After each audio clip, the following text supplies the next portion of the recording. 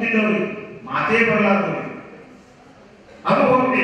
ನಮಗೆ ಬಂದಿರ್ತಕ್ಕಂಥ ಅನುದಾನ ಸದ್ಬಳಕೆ ಆಗಿಲ್ಲ. ಪಾರ್ಲಿಮೆಂಟ್ ಮೆಂಬರ್ಗೆ ಬರೀ ಅವ್ರು ಏನ್ ಹೇಳ್ತಾರೆ, ಮೋದಿಯವರು ನೋಡಿ ನೋಟ್ ಹಾಕಿದ್ರಿ, ಮೋದಿಯವರಿಗೆ ನೋಟ್ ಹಾಕ್ಬೇಕಂದ್ರೆ ನೀವ್ಯಾಕೆ ನಿಂದಿರ್ಬೇಕು, ಹಾಗೆ ಮೋದಿಯವರಿಗೆ ನೋಟ್ ಹೋಗ್ತಾರೆ. ಈ ಇದು ಬಹಳ ಮನಗಟ್ಟು ಮಾತ್ರ ನಾನು ಬಹಳ ಗಟ್ಟಿಯಾಗಿ ಮಾತಾಡಿ ಹೇಳಕ್ ಬಯಸ್ತೇನೆ. ಒಂದು ವೇಳೆ ಅವರು ಬಹಳ ಸ್ಪಷ್ಟವಾಗಿ ಗೋಚರವಾಗ್ತಾ ಇದೆ. ಮಾಡುವ ಮುಖಾಂತರ ಎಲ್ಲ ಕಾರ್ಯಕರ್ತರಲ್ಲಿ ಒಂದು ಉತ್ಸಾಹ, ಸ್ಫೂರ್ತಿ, ಪಕ್ಷದ ತತ್ವ ಸಿದ್ಧಾಂತಗಳನ್ನು ಹೇಳುವ ಮುಖಾಂತರ 135 ಸೀಟ್ ಕಾಂಗ್ರೆಸ್ಗೆ ಬಂದು ಈಗ ಕೂಡ ಅದೇ ವಾತಾವರಣ ರಾಜ್ಯದಲ್ಲಿದೆ. ಅದಕ್ಕೆ ದಯವಿಟ್ಟು ಎಲ್ಲ ಕಾರ್ಯಕರ್ತ ಬಂಧುಗಳಲ್ಲಿ ನಾವು ಏನು ಬಿಸಿಲಿನ ಪ್ರಖರತೆ ಇರ್ತದೆ, ಆ ಪ್ರಖರತೆಯಲ್ಲಿ ಯಾರು ಮತದಿಂದ ವಂಚಿತರಾಗದೆ ಹೆಚ್ಚಿನ ಸಂಖ್ಯೆಯಲ್ಲಿ ನಾವೆಲ್ಲ ನಮ್ಮ ಬಂಧು ಬಾಂಧವರನ್ನ, ಕಾಂಗ್ರೆಸ್ದ ಅಭಿಮಾನಿಗಳನ್ನ ಮತಗಟ್ಟೆಗೆ ಕರೆದುಕೊಂಡು ಹೋಗಿ ಮತವನ್ನ ವಿನಂತಿ. 2024 ಲೋಕಸಭಾ ಚುನಾವಣೆ ಅಗತ್ಯವಾಗಿ ತಾಯಿ ನಾಟ್ಯಾನಂದ ಕೇಂದ್ರದ ಈ ಉತ್ತರ ವಹಿಸಿಕೊಂಡಂತಹ ನಮ್ಮ ಎಂ.ಬಿ. ಪಾಟೀಲ್ ಸಾಹೇಬ್ರೆ ಹಾಗೂ ಕಡಲೂರು ಸಾಹೇಬ್ರೆ, ಆಲೂರು ಅವರೇ ಮತ್ತು ಸುನೀಲ್ ಅವರೇ, ಈ ಹೊಸದಾಗಿ ಹಿಂದೆ ಮುಖ ನೋಡಿದಂತಹ ಅಧ್ಯಕ್ಷರಾದಂತಹ ನೋಡಿ ಅವರಿಗೆ ಒಂದು ವೇದಿಕೆಯ ಮೇಲೆ ಇದ್ದಂತಹ ಎಲ್ಲ ಹಿರಿಯರು, ಅದಕ್ಕೆ ಜೊತೆಗೇನಲ್ಲ ತಾವುಗಳೇನಲ್ಲ ಇನ್ನೊಟ್ಟು ಬರುವುದಿಲ್ಲ ತಿಳ್ಕೊಂಡೇ ಆದಷ್ಟು ಪ್ರಯತ್ನ ಮಾಡಬೇಕು. ಯಾಕಂದ್ರೆ ನಾವು ಮ್ಯಾಲ ಹೊಟ್ಟೆವು ಮತ್ತು ತಳಗ ಚಾಪಿ ತಳ ಹೊಟ್ಟಾರ, ಈಗಾಗಲೇ ಎಲ್ಲಿ ಹೊಟ್ಟಾರ ಎಲ್ಲ ಬರ್ತಾರ ಹೊಟ್ಟಾರ. ದಯಮಾಡಿ ನೀವಷ್ಟು ಈಜಿ ತಿಳ್ಕೋಬೇಡ್ರಿ. ನಾವು ಬಂದೇವು ಅಂದ್ರೆ ಅಷ್ಟು ಸರಳಲ್ಲ. ನೀವೆಲ್ಲರೂ ಪ್ರಯತ್ನ ಮಾಡಬೇಕು. ಯಾಕಂದ್ರೆ ಇದು ಬಹಳ 15 ವರ್ಷಗಳಿಂದ ನಮಗೇನಲ್ಲ ಲೋಕಸಭಾ ಸಿಕ್ಕಿಲ್ಲ, ಈ ಸಲ ಸಿಗುದಂತೂ ಗಚ್ಚೆ ಅಲ್ಲ. ಅದಕ್ಕೆ ನಾವು ಪ್ರಯತ್ನ ಮಾಡಿ ಅಧ್ಯಕ್ಷತೆಯನ್ನು ವಹಿಸಿದ ಕಟಕನ್ ಸರ್ ಅವರೇ, ನೀವು ಎಲ್ಲರೂ ನೆಚ್ಚಿನ ನಾಯಕರು ಹಾಗೂ ಬೃಹತ್ ಕೈಗಾರಿಕಾ ಸಚಿವರು, ಹಿಂದಿನ ನೀರಾವರಿ ಸಚಿವರು, ಹಿಂದಿನ ಗೃಹ ಸಚಿವರು, ಮುಂದಿನ ಯಾವ ಸಚಿವರು ಅಂತ ನಿಮ್ಗೆಲ್ಲರಿಗೂ ಮನಸ್ಸಾಗಿ ಗೊತ್ತೋದಿಲ್ಲ. ಹಾಗಾಗಿ ನಿಮ್ಮೆಲ್ಲರ ನೆಚ್ಚಿನ ಸಚಿವರಾದ ಸನ್ಮಾನ್ಯ ಶ್ರೀ ಎಂ.ಬಿ. ಪಾಟೀಲ್ ಸಾಹೇಬ್ರೆ, ವಿಧಾನ ಪರಿಷತ್ತಿನ ಸದಸ್ಯರಾದ ಶ್ರೀ ಸುನೀಲ್ ಗೌಡ ಪಾಟೀಲ್ ಸಾಹೇಬ್ರೆ, ನಮ್ಮ ಕಾಂಗ್ರೆಸ್ ಪಕ್ಷದ ಅಧಿಕೃತ ಅಭ್ಯರ್ಥಿಯಾದ ಮಾಜಿ ಶಾಸಕರು ಹಾಗೂ ಹಿಂದಿನ ಜಿಲ್ಲಾ ಕಾಂಗ್ರೆಸ್ಸಿನ ಅಧ್ಯಕ್ಷರಾದ ಶ್ರೀ ರಾಜು ಅಲ್ಗೂರ್ ಸರ್ ಅವರೇ, ಈಗ ತಾನೇ ನಿನ್ನೆಯಿಂದ ನೂತನವಾಗಿ ಜಿಲ್ಲಾ ಕಾಂಗ್ರೆಸ್ ಅಧ್ಯಕ್ಷರಾದ ಶ್ರೀ ಮಲ್ಲಿಕಾರ್ಜುನ್ ಲೋಣಿ ಅವರೇ, ಹಿರಿಯ ಮುಖಂಡರಾದ ಯಾವೆಲ್ಲ ವಂಚನೆ ಬಿಜೆಪಿ ಸರ್ಕಾರ ತೆರಿಗೆ ವಂಚನೆ ಮಾಡಿದೆ. ನಮ್ಮ ರಾಜ್ಯಕ್ಕೆ ಸಿಗಬೇಕಾದ ತೆರಿಗೆ ಸಿಕ್ಕಿಲ್ಲ. 100 ರೂಪಾಯಿ ನಾವು ತೆರಿಗೆ ಕೊಟ್ಟರೆ ನಮಗೆ ವಾಪಸ್ ಆಗಿ ಬರೀ 13 ರೂಪಾಯಿ ಅವರು ತೆರಿಗೆ ವಾಪಸ್ ಕೊಡ್ತಾ ಇದ್ದಾರೆ. ತೆರಿಗೆ ವಂಚನೆ ಆಯಿತು. ಅನುದಾನ ವಂಚನೆ ಮಾಡಿದ್ದಾರೆ. ಏನು ಕೇಂದ್ರದಿಂದ ಈಗ ಬಜೆಟ್ ಅವರು ಘೋಷಣೆ ಮಾಡಿದಷ್ಟು ಅನುದಾನ ಈಗ ನಮಗೆ ಅವರು ಕೊಟ್ಟಿಲ್ಲ. ಅನುದಾನ ವಂಚನೆ ಆಯಿತು. ಬರ ಪರಿಹಾರ ವಂಚನೆ ಮಾಡಿದ್ದಾರೆ. ನೋಡಿ, ಯಾವುದೇ ಒಂದು ಬರ ಸ್ಥಿತಿ ಬಂದಾಗ it is called natural disaster ಅಂತ ಹೇಳ್ತಾರೆ. ಆ ನ್ಯಾಚುರಲ್ ಡಿಸಾಸ್ಟರ್ಗೆ ಯಾವುದೇ ಚುನಾವಣೆ ನೀತಿ ಸಂಹಿತೆ ಯಾವುದೂ ಅಪ್ಲಿಕೇಬಲ್ ಆಗಲ್ಲ. ಆದ್ರೆ ಅವ್ರು ಏನ್ ಹೇಳ್ತಾರೆ, ಕೇಂದ್ರದ ನಿರ್ಮಲಾ ಸೀತಾರಾಮನ್ ಅವರು, ಇಲ್ಲ ಈಗ ಕೋಡ್ ಆಫ್ ಕಂಡಕ್ಟ್ ಇದೆ, ಅದಕ್ಕೆ ನಾವು ಅನುದಾನ ಬಿಡುಗಡೆ ಮಾಡಕ್ಕಾಗಲ್ಲ ಅಂತ ಅಷ್ಟೊಂದು ಅವರಿಗೆ ಕೋರ್ಟ್ ಅವರು ಚೀಮಾರಿ ಹಾಕಿದ್ದಾರೆ. ಇಲ್ಲಿ ನಮ್ಗೆಲ್ಲ ಅವರು ಮತ್ತೆ ಬರ ಪರಿಹಾರದ ವಂಚನೆ ಮಾಡಿದ್ದಾರೆ. ಉದ್ಯೋಗ ವಂಚನೆ ಮಾಡಿದ್ದಾರೆ. ಪ್ರತಿ ವರ್ಷ 2 ಕೋಟಿ ಯುವಕರಿಗೆ ಉದ್ಯೋಗ ಕೊಡ್ತೀವಂತ ಹೇಳಿ ಉದ್ಯೋಗ ಕೊಟ್ಟಿಲ್ಲ, ಉದ್ಯೋಗ ವಂಚನೆ ಮಾಡಿದ್ದಾರೆ. ಇಷ್ಟೆಲ್ಲ ಮಾಡಿ ದೊಡ್ಡ ದೊಡ್ಡ ಸ್ಲೋಗನ್ ಹೇಳ್ತಾರೆ. ಏನು ಮೈ ಖಾऊंगा ನಾ ಖಾನೆ दूंगा ಮೈ ನಾ ಖಾऊंगा ಅಂತ ಹೇಳ್ತಾರೆ. ಇದರ ಅರ್ಥ ಏನಂದ್ರೆ ಎಲ್ಲ ಎಲೆಕ್ಟ್ರಾಲ್ ಬಾಂಡಿನ ದುಡ್ಡು ನಾನೇ ತಿಂತೀನಿ,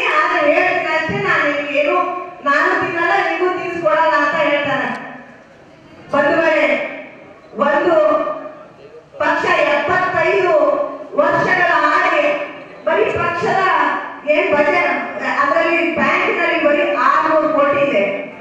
ಅದೇ ಒಂದು ಪಕ್ಷ, ಇನ್ನೊಂದು ಬಿಜೆಪಿ ಪಕ್ಷ ಬರೀ 10 ವರ್ಷ ಆಡಳಿತ ಮಾಡಿ ಬಿಜೆಪಿ ಪಕ್ಷದ ಏನು ಅದರ ಕಚೇರಿಯ ಬ್ಯಾಂಕ್ ಅಲ್ಲಿ 60,000 ಕೋಟಿ ಇದೆ. 60,000 ಕೋಟಿಗಳ ಬಜೆಟ್ಗಳಲ್ಲಿ ಅವರು ಹೇಗೆ ಹಾಕೊಂಡಿದ್ದಾರೆ ತಾವೇ ನೋಡಬೇಕು. ಎಲೆಕ್ಟ್ರಲ್ ಬಾಂಡ್ ಅಂತ ಹೇಳಿ ಎಲ್ಲರಿಗೂ ನಮ್ಮ ಹತ್ರ ಯಾರು ಭ್ರಷ್ಟ ಅಂತ ಹೇಳ್ತಿದ್ರಲ್ಲ ಅವ್ರಿಗೆ ಮೊದಲು ಭ್ರಷ್ಟ ಅಂತ ಹೇಳೋದು, ಆಮೇಲೆ ಅವ್ರಿಗೆ ಇಡಿ ಬಿಡೋದು, ಆ ಇಡಿ ಬಿಟ್ಟ ಮೇಲೆ ಅವ್ರು ಹೆದರೋದು, ಅವ್ರು ಬಿಜೆಪಿ ಪಕ್ಷ ಸೇರೋದು, ಆ ಪಕ್ಷ ಸೇರಿದ್ಮೇಲೆ ಅವರು ಆ ಬಿಜೆಪಿ ಕಚೇರಿ ಅವ್ರ ಬ್ಯಾಂಕ್ ಅಕೌಂಟ್ಗೆ 10 ಕೋಟಿ 100 ಕೋಟಿ 50 ಕೋಟಿ ಕೊಡೋದು. ಪ್ರತಿಯೊಂದು ಬಿಸ್ನೆಸ್ ಮ್ಯಾನ್ ಅಕೌಂಟ್ ಅವ್ರಿಗೆ ಇಡಿ ಬಿಡೋದು, ಇಲ್ಲಾಂದ್ರೆ ನಿಮಗೆ ಬಿಸ್ನೆಸ್ ಕೊಡಲ್ಲ, ಇಲ್ಲಾಂದ್ರೆ ನಿಮ್ಗೆ ಕಾಂಟ್ರಾಕ್ಟ್ ಕೊಡಲ್ಲ. ಹಾಗಾಗಿ ಬಹಳಷ್ಟು ಜನ ಈ ಎಲೆಕ್ಟ್ರಾಲ್ ಬಾಂಡ್ ಮೂಲಕ ಅವರು ವಂಚನೆ ಮಾಡಿದ್ದಾರೆ ಹಾಗೂ ಅವರದೇ ಆದ ಒಂದು ಏನು ಖಾತೆಗಳಲ್ಲಿ ಹಣಗಳನ್ನು ತುಂಬಿದ್ದಾರೆ. ಇಷ್ಟೆಲ್ಲ ವಂಚನೆ ಮಾಡಿದ್ದಾರೆ. ಆದ್ರೆ ನಾವು ಏನ್ ಮಾಡ್ಬೇಕು, ನಮ್ಮದೇನು 5 ಭರವಸೆ ನಾವು ಈಗಾಗಲೇ ಕೊಟ್ಟಿದ್ದೀವಿ. ನಮ್ಮ ಕಾಂಗ್ರೆಸ್ ಇಂದ ಕರ್ನಾಟಕ ಸರ್ಕಾರದಲ್ಲಿ ಸನ್ಮಾನ್ಯ ಮುಖ್ಯಮಂತ್ರಿಗಳು, ಸನ್ಮಾನ್ಯ ಮುಖ್ಯಮಂತ್ರಿಗಳು ಹಾಗೂ ನಮ್ಮ ಸಚಿವರು ಶ್ರೀ ಎಂ ಬಿ ಪಾಟೀಲ್ ಸಾಹೇಬರ ನೇತೃತ್ವದಲ್ಲಿ ಏನು 5 ಗ್ಯಾರಂಟಿಗಳು ನಾವು ಕೊಡ್ತೇವೆ ಅಂತ ಹೇಳಿದ್ರೆ 5 ಗ್ಯಾರಂಟಿಗಳನ್ನು ನಾವು ಪೂರೈಸಿದ್ದೀವಿ. ಪ್ರತಿಯೊಂದು ಕುಟುಂಬಕ್ಕೆ ಲೆಕ್ಕ ಮಾಡಿದ್ರೆ ನಾವು 6,000 ರೂಪಾಯಿ ಕೊಡ್ತಾ ಇದ್ದೀವಿ ಒಂದು ತಿಂಗಳಿಗೆ. ಅದು ಯುವ ನಿಧಿ ಆಗಲಿ, ಶಕ್ತಿ ಯೋಜನೆ ಆಗಲಿ, ಗೃಹ ಜ್ಯೋತಿ ಆಗಲಿ, ಗೃಹ ಲಕ್ಷ್ಮಿ ಆಗಲಿ ಹಾಗೂ ಅನ್ನಭಾಗ್ಯ ಆಗಲಿ. ಈ 5 ಯೋಜನೆಗಳಲ್ಲಿ 6,000ಕ್ಕಿಂತ ಕಡಿಮೆ ಯಾವ ಕುಟುಂಬಕ್ಕೆ ಹೋಗ್ತಾ ಇಲ್ಲ. ಇಷ್ಟೆಲ್ಲ ನಾವು 5 ಗ್ಯಾರಂಟಿಗಳನ್ನು ಕೊಟ್ಟಿದ್ದು, ಇದನ್ನು ತೆಗೆದುಕೊಂಡು ಹೇಳ್ಬೇಕು ನಾವು ಇಷ್ಟು ಕೊಟ್ಟಿವಿ. ಅವಾಗ ಜನ ಕೇಳ್ತಾರೆ, ಹೌದಪ್ಪ ನೀವು ಇಷ್ಟು ಕೊಟ್ಟಿರಿ, ಮುಂದೆ ಏನ್ ಮಾಡ್ತೀರಿ, ನಿಮ್ ಸರ್ಕಾರ ಕಾಂಗ್ರೆಸ್ ಸರ್ಕಾರ ಬಂದ್ರೆ ಏನ್ ಮಾಡ್ತೀರಿ ಅಂತ ಅಂದಾಗ ನಾವು ಹೇಳ್ಬೇಕು 5 ನ್ಯಾಯ ಯೋಜನೆಯನ್ನ ಅವರು ನಮ್ಮ ವಿವಿಧ ಕಾಂಗ್ರೆಸ್ ಕೇಂದ್ರದ ಕಾಂಗ್ರೆಸ್ ಸನ್ಮಾನ್ಯ ಮಲ್ಲಿಕಾರ್ಜುನ್ ಖರ್ಗೆ ಸಾಹೇಬರ ನೇತೃತ್ವದಲ್ಲಿ ಘೋಷಣೆ ಮಾಡಿದ್ದಾರೆ. ಆ 5 ನ್ಯಾಯಗಳು ಏನಂದ್ರೆ ಪ್ರತಿಯೊಂದು ಸೆಕ್ಟರ್ ವೈಸ್ ನ್ಯಾಯಗಳನ್ನು ಕೊಟ್ಟಿದ್ದಾರೆ. ಒಂದು ಯುವಕರಿಗೆ ನ್ಯಾಯ. ಯುವಕರು ಇವತ್ತಿನ ದಿನ ಬಹಳ ನಿರುದ್ಯೋಗದಿಂದ ಬಳಲ್ತಾ ಇದ್ದಾರೆ. ಅವರಿಗೆ ಈಗ ಸದ್ಯಕ್ಕೆ ಇವತ್ತೇ ನಮ್ಮ ಸರ್ಕಾರ ಬಂದ್ರೆ 30 ಲಕ್ಷ ಜಾಬ್ಗಳು ಬಂದಿದ್ದಾವೆ ಇಂಡಿಯಾದಲ್ಲಿ. ನಮ್ಮ ಸರ್ಕಾರ ಬಂದ ಮೇಲೆ 30 ಲಕ್ಷ ಜಾಬ್ ಯುವಕರಿಗೆ ಕೊಡ್ತೇವೆ ಅಂತ ಈಗಾಗಲೇ ಘೋಷಣೆ ಮಾಡಿದ್ದಾರೆ. ಯುವಕರಿಗೆ ಕ್ರೀಡೆಗಳಲ್ಲಿ ಅವರಿಗೆ ನಾವು ಅನುದಾನ ಕೊಡ್ತೇವೆ ಅಂತ ಹೇಳಿದ್ದಾರೆ. ಇನ್ನು ಮಹಿಳೆಯರಿಗೆ ನಮ್ಮ ಕರ್ನಾಟಕದಲ್ಲೂ ಕೂಡ 58,000 ಲಕ್ಷ ಕೋಟಿಯನ್ನ ಈಗಾಗಲೇ ನಾವು ಮೀಸಲನ್ನ ಇಟ್ಟಿದ್ದೀವಿ ಬಜೆಟ್ ಅನ್ನ. ಈಗ ನಾವು ಕೇಂದ್ರದ ಸರ್ಕಾರ ಬಂದ್ರೆ ಪ್ರತಿಯೊಂದು ಮಹಿಳೆಯರಿಗೆ ಏನು ಬಡ ಮಹಿಳೆಯರಿಗೆ 1 ಲಕ್ಷ, ಒಂದು ವರ್ಷದಲ್ಲಿ 1 ಲಕ್ಷ ಅನುದಾನವನ್ನ ಅವರಿಗೆ ಕೊಡೋದಿರ್ತೀವಿ. ಹಾಗಾಗಿ ಈ ಮಹಿಳೆಯರಿಗೆ ಅಂತ ನ್ಯಾಯ, ಮಹಿಳಾ ನ್ಯಾಯ, ಒಂದು ಯುವಕರ ನ್ಯಾಯ ಆಯ್ತು, 2ನೇದು ಮಹಿಳಾ ನ್ಯಾಯ ಆಯ್ತು, 3ನೇದು ಏನು ಅಂಗನವಾಡಿ ಕಾರ್ಯಕರ್ತರು, ಆಶಾ ಕಾರ್ಯಕರ್ತರು ಇರ್ತಾರೆ ಅವ್ರಿಗೆಲ್ಲ ಈಗ ಸಿಗ್ತಾ ಇದೆ 1,000 ರೂಪಾಯಿ ಅನುದಾನ ದ್ವಿಗುಣಗೊಳಿಸ್ತಾ ಇದೆ, ಮಾಡ್ತಾ ಇದೀವಿ. ಇದು ಒಂದು ನ್ಯಾಯ ಅಂತ ಹೇಳಿದ್ದಾರೆ. ಇದನ್ನ ಶ್ರಮಿಕ್ ನ್ಯಾಯ ಅಂತ ಹೇಳ್ತಾರೆ. 4ನೇದು ಈಗ ನಮ್ಮ ರೈತರು ಬಹಳಷ್ಟು ಕಷ್ಟಪಡ್ತಾ ಇದ್ದಾರೆ. GST ಅಂತ ತಂದು ಅವ್ರೇನು ಬೀಜ ಖರೀದಿ ಮಾಡಿದ್ರು ಅವರಿಗೆ GST ಹಾಕ್ಬೇಕಾಗ್ತಾ ಇದೆ. ಹಾಗಾಗಿ ಎಲ್ಲ ರೈತರಿಗೋಸ್ಕರ ಅವರಿಗೆ ಕನಿಷ್ಠ ಬೆಂಬಲ ಬೆಲೆ ಫಿಕ್ಸ್ ಆಗಿಲ್ಲ. ಆ ಕನಿಷ್ಠ ಬೆಂಬಲ ಬೆಲ ನ್ಯಾಯಯುತವಾಗಿ ನಾವು ಫಿಕ್ಸ್ ಮಾಡ್ತೀವಿ ಅಂತ ಹೇಳಿ ಈ 4ನೇ ನ್ಯಾಯನ ನಮ್ಮ ಕೇಂದ್ರದ ಕಾಂಗ್ರೆಸ್ ಸರ್ಕಾರ ಬಂದ ಮೇಲೆ ಇದರ ಪ್ರಣಾಳಿಕೆಯಲ್ಲಿ ಘೋಷಣೆ ಮಾಡಿದ್ದಾರೆ. ಹಾಗಾಗಿ ನೀವೆಲ್ಲರೂ ಪಾಲುದಾರಿಕೆಯ ನ್ಯಾಯ ಅಂತ 5ನೇದು ಕೊನೆಯ ನ್ಯಾಯ ಪಾಲುದಾರಿಕೆಯ ನ್ಯಾಯ. ಪಾಲುದಾರಿಕೆ ನ್ಯಾಯ ಅಂದ್ರೆ SC, ST, OBC ಎಲ್ಲ ವರ್ಗಗಳಿಗೆ ಸಮನಾಗಿ ಅವರ ಏನು ಜಾತಿಗೆ ಅನುಗುಣವಾಗಿ ಅವರ ಅಂಕಿ ಸಂಖ್ಯೆಗೆ ಅನುಗುಣವಾಗಿ ಅವರಿಗೆ ಎಲ್ಲರಲ್ಲೂ ಮೀಸಲಾತಿಯನ್ನ ಕೊಡ್ತೇವೆ ಅಂತ ಹೇಳಿ ಇದೊಂದು ಪಾಲುದಾರಿಕೆ ನ್ಯಾಯ ಅಂತ ಕೂಡ ಮಾಡಿದ್ದಾರೆ. ಆಮೇಲೆ ನಮ್ಮ ನರೇಗಾ ಯೋಜನೆಯಲ್ಲಿ 250 ರೂಪಾಯಿ ಕೊಡ್ತಾರೆ. 250 ರೂಪಾಯಿ ಇರೋದನ್ನ ನಾವು 400 ರೂಪಾಯಿನ ಹೆಚ್ಚಳ ಮಾಡ್ತೀವಿ ಅಂತ ಹೇಳಿದ್ದಾರೆ. ಹೀಗಾಗಿ ನಮ್ಮ ನ್ಯಾಯ ಏನು 5 ನ್ಯಾಯ ಯೋಜನೆಗಳಿದ್ದಾವೆ, 5 ನ್ಯಾಯ ಯೋಜನೆಗಳಲ್ಲಿ ಒಂದೊಂದು ಮತ್ತೆ 5 ಗ್ಯಾರಂಟಿಗಳಿದ್ದಾವೆ. ಹಾಗಾಗಿ ಟೋಟಲ್ 25 ಗ್ಯಾರಂಟಿಗಳು ನಾವು ಕೇಂದ್ರದಲ್ಲಿ ಬಂದ್ರೆ ಸರ್ಕಾರ ಬಂದ ಮೇಲೆ ಈ ಪ್ರಣಾಳಿಕೆಯನ್ನು ಘೋಷಣೆ ಮಾಡಿದ್ದಾರೆ. ಇದನ್ನು ಕೂಡ ನಾವು ಜನರಲ್ಲಿ ಹೇಳಬೇಕಾಗುತ್ತೆ. ಯಾಕಂದ್ರೆ ನಾವು ಈಗಾಗಲೇ ಈ 5 ಗ್ಯಾರಂಟಿಗಳನ್ನ ಕೊಟ್ಟಿದ್ದೀವಿ, ಇದನ್ನು ಕೊಟ್ಟು 25 ಗ್ಯಾರಂಟಿಗಳನ್ನ ಕೊಡ್ತೇವೆ ಅಂದಾಗ ಅವರಲ್ಲಿ ಒಂದು ಭರವಸೆ ಮೂಡುತ್ತೆ. ಹಾಗಾಗಿ 7ನೇ ತಾರೀಕಿಗೆ ತಪ್ಪದೆ ನಮ್ಮ ಏನು ಅಭ್ಯರ್ಥಿಯವರಾದ ಪ್ರೊಫೆಸರ್ ರಾಜು ಅಲ್ಕೂರ್ ಸಾಹೇಬರನ್ನ ಅತಿ ಹೆಚ್ಚಿನ ಮತದಲ್ಲಿ ನನ್ನ ಬಂಧುಗಳು ಎಲ್ಲಾ ಲಂಬಾಣಿ ಬಂಧುಗಳಲ್ಲಿ ನೀವು ಇನ್ನೊಂದು ಸಲ ನಾನು ವಿನಂತಿ ಮಾಡ್ತೇನೆ. ಯಾಕಂದ್ರೆ ನಮ್ಮ ಮತಕ್ಷೇತ್ರದಲ್ಲಿ ಈ ಮತಕ್ಷೇತ್ರದಲ್ಲಿ ಹೆಚ್ಚಿನ ನಮ್ಮ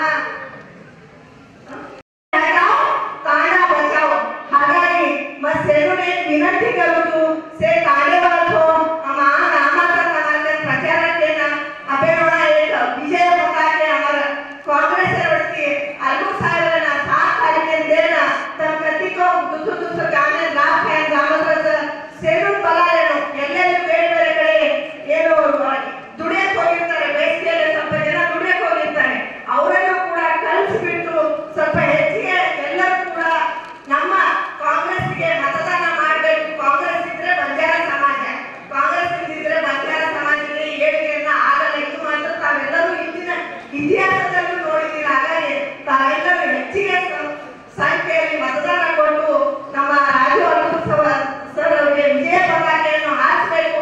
ನೀವು ಒಂದು ಮತ ಕೊಟ್ಟರೆ ಅಲ್ವಾ ನಮ್ಮ ಮುಖ್ಯಮಂತ್ರಿಯವರಿಗೂ ಕೊಟ್ಟಾಗೆ, ಉಪಮುಖ್ಯಮಂತ್ರಿಯವರಿಗೂ ಕೊಟ್ಟಾಗೆ, ಎಲ್ಲಕ್ಕಿಂತ ಹೆಚ್ಚಿಗೆ ನಮ್ಮ MP ಪಾಟೀಲ್ ಸಾಹೇಬರ ಕೈಯನ್ನು ಬಲಿಪಡಿಸ್ತಾರೆ. ಹಾಗಾಗಿ ನೀವು ಏನ್ ಮಾಡಿದಿರಲ್ಲ, ಅಲ್ಕೂರ್ ಸಾಹೇಬ್ ನಿಂತಿಲ್ಲ, MP ಪಾಟೀಲ್ ಸಾಹೇಬ್ ನಿಂತಿದ್ದಾರೆ ಅಂತ ಅಂದ್ಕೊಂಡು ತಾವೆಲ್ಲರೂ ಕೂಡ ಮತವನ್ನು ಕೊಡಬೇಕು ಅಂತ ಹೇಳಿ ಕೇಳ್ಕೊಂಡು ನನಗೆ ಮಾತಾಡಲು ಅವಕಾಶ ಮಾಡಿಕೊಟ್ಟ ಎಲ್ಲರಿಗೂ ವಂದನೆಗಳು. ನಮಸ್ಕಾರ.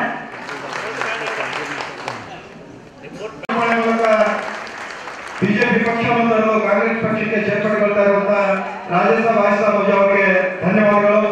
ಹಾಗೆ ಪಕ್ಷದ ಚಟುವಟಿಕೆ 2024ನೇ ಲೋಕಸಭೆ ಚುನಾವಣೆ ಪ್ರಚಾರ ನಿಮಿತ್ತವಾಗಿ ಹಮ್ಮಿಕೊಂಡಂತಹ ನಾಗ್ತಾನ್ ಬ್ಲಾಕ್ದ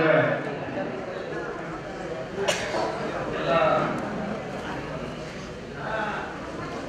ಕಾರ್ಯಕರ್ತರ ಈ ಸಮಾವೇಶಕ್ಕೆ ಉಪಸ್ಥಿತರಿದ್ದಂಥ ಮತ್ತು ಕೈಗಾರಿಕೆ ಮಂತ್ರಿಗಳು, ಬಿಜಾಪುರ ಜಿಲ್ಲೆ ಮಂತ್ರಿಗಳ ಸಹೋದರರಾದಂಥ ಕೆ ಪಾಟೀಲ್ರೆ, ನಮ್ಮ ನಾಗ್ತಾನ್ ಮತಕ್ಷೇತ್ರದ ಶಾಸಕರಾದಂಥ ಆತ್ಮೀಯರಾದಂಥ ಅಬ್ದುಲ್ ಕಪೂರ್ ಸಾಹೇಬ್ರೆ, ಜಿಲ್ಲಾಧ್ಯಕ್ಷರು, ಕಾಂಗ್ರೆಸ್ ಪಕ್ಷದ ಜಿಲ್ಲಾ ನೂತನವಾಗಿ ಆಯ್ಕೆಯಾದಂಥ ಜಿಲ್ಲಾ ಅಧ್ಯಕ್ಷರಾದಂಥ ಬಲಿತು ಈಗಾಗಲೇ ಎಂ.ಆರ್. ಪಾಟೀಲ್ ಭಾಷಣ ಮಾಡಿ ಹೇಳಿದರು, ಕಾಕ ಮಾಮ ಎಲ್ಲ ಬಂದು ನೋಡಿದ್ರು. ಆ ಕಾಕ ಕೆಲಸದವರೇ ಇವರೇ ಮೊದಲು ಕರ್ಕೊಂಡೋಗಿ ಒಳಗಡೆ ಮತಕ್ಷೇತ್ರದಾಗ ಕರ್ಕೊಂಡೋಗಿ ಕಾಕ ಅನ್ನೋದು ಹೇಳ್ಕೊಟ್ಟವ್ರೆ ಇವರೇ. ಈಗ ಅದನ್ನು ನಿಲ್ಲಿಸೋದು ಅವರೇ. ಯಾಕ್ರಿ ಅದಕ್ಕೆ ಇವತ್ತು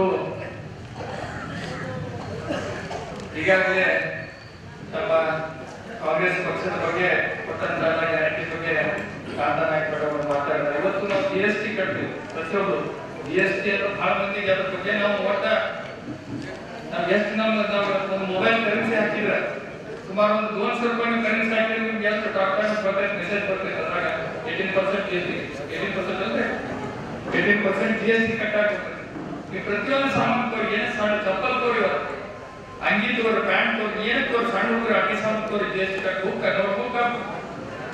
ಬ್ಯಾನ್ ಏನು ತೋರಿ ಬುಕ್ ತಗೋರಿ ಎಲ್ಲರೂ GST ಕಟ್ ಮಾಡ್ತಾರೆ. ಸೆಂಟ್ರಲ್ ಗೌರ್ಮೆಂಟ್ ಕೇಂದ್ರ ಸರ್ಕಾರ. ಆದ್ರೆ ಅದು ನಮ್ಮ ಜಿಲ್ಲೆಗೆ ನಮ್ಮ ರಾಜ್ಯಕ್ಕೆ ಬಂದಾಗ ನಮ್ಮ ಜಿಲ್ಲೆಗೆ ಬರ್ತದೆ. ನಮ್ಮ ರಾಜ್ಯಕ್ಕೆ ಬದಲು ಕೊಡಲಿಲ್ಲ ಅವರು. ಆಮೇಲೆ ನಮ್ಮ ಜಿಲ್ಲೆಗೆ ಇಲ್ಲಿವರೆಗೆ ಏನ್ ಬಂದೈತಿ, ಏನ್ ಕೆಲಸ ಆಗಿತ್ತು ನೋಡಿ, ಆರೋಗ್ಯ ಬಂದಾಗೆ ಕೆಲಸ ಆಗೋದು. ಈಗ ಏನ್ ಹೇಳಿದ್ರು ಅವರು, ಈ ಗ್ಯಾರಂಟಿ ಕರ್ನಾಟಕದ ಕಾಂಗ್ರೆಸ್ ಪಕ್ಷದವ್ರು ಗ್ಯಾರಂಟಿ ಕೊಟ್ಟರೆ ರಾಜ್ಯ ದಿವಾಳಿ ಆಗ್ತದ, ಇವ್ರು ನಡ್ಸಕ್ಕೆ ಗ್ಯಾರಂಟಿ ಬಂದ್ ಆಗ್ಬಿಡ್ತೈತೆ ಅನ್ನಂಗ ಹೇಳಿದ್ರು. ಇದೇ ಗ್ಯಾರಂಟಿಯನ್ನು ಕಾಪಿ ಮಾಡಿ ಏನಂತಾರೆ, ಮೋದಿ ಕಾ ಗ್ಯಾರಂಟಿ ಅಂತ ಯಾರೇ ಮಾಡ್ತಾರೆ. ಅಂದ್ರೆ ಇವ್ರು ಹೆಂಗ ಅಂದ್ರೆ ಮತ್ತೆ ಹೇಳಿದ್ರು, ನಾ ಖಾऊंगा ನಾ ಖಾನೆ दूंगा ಅಂತ ಹೇಳಿ ಮೋದಿ ಅವರು. ಈಗ ಮಾಡಿ ಇಲ್ಲಿ ಯಾವ ರೀತಿ ರೊಕ್ಕ ತಿನ್ನಾಗ್ತಾರ ನೀವು ನೋಡಿ. ಬಾಂಡ್ ಅಂದ್ರೆ ಏನಿದೆ, ಎಲೆಕ್ಟ್ರಲ್ ಬಾಂಡ್ ಅಂದ್ರೆ ಏನು ಲಂಚ ತಗೊಳ್ಳೋದಿದೆ.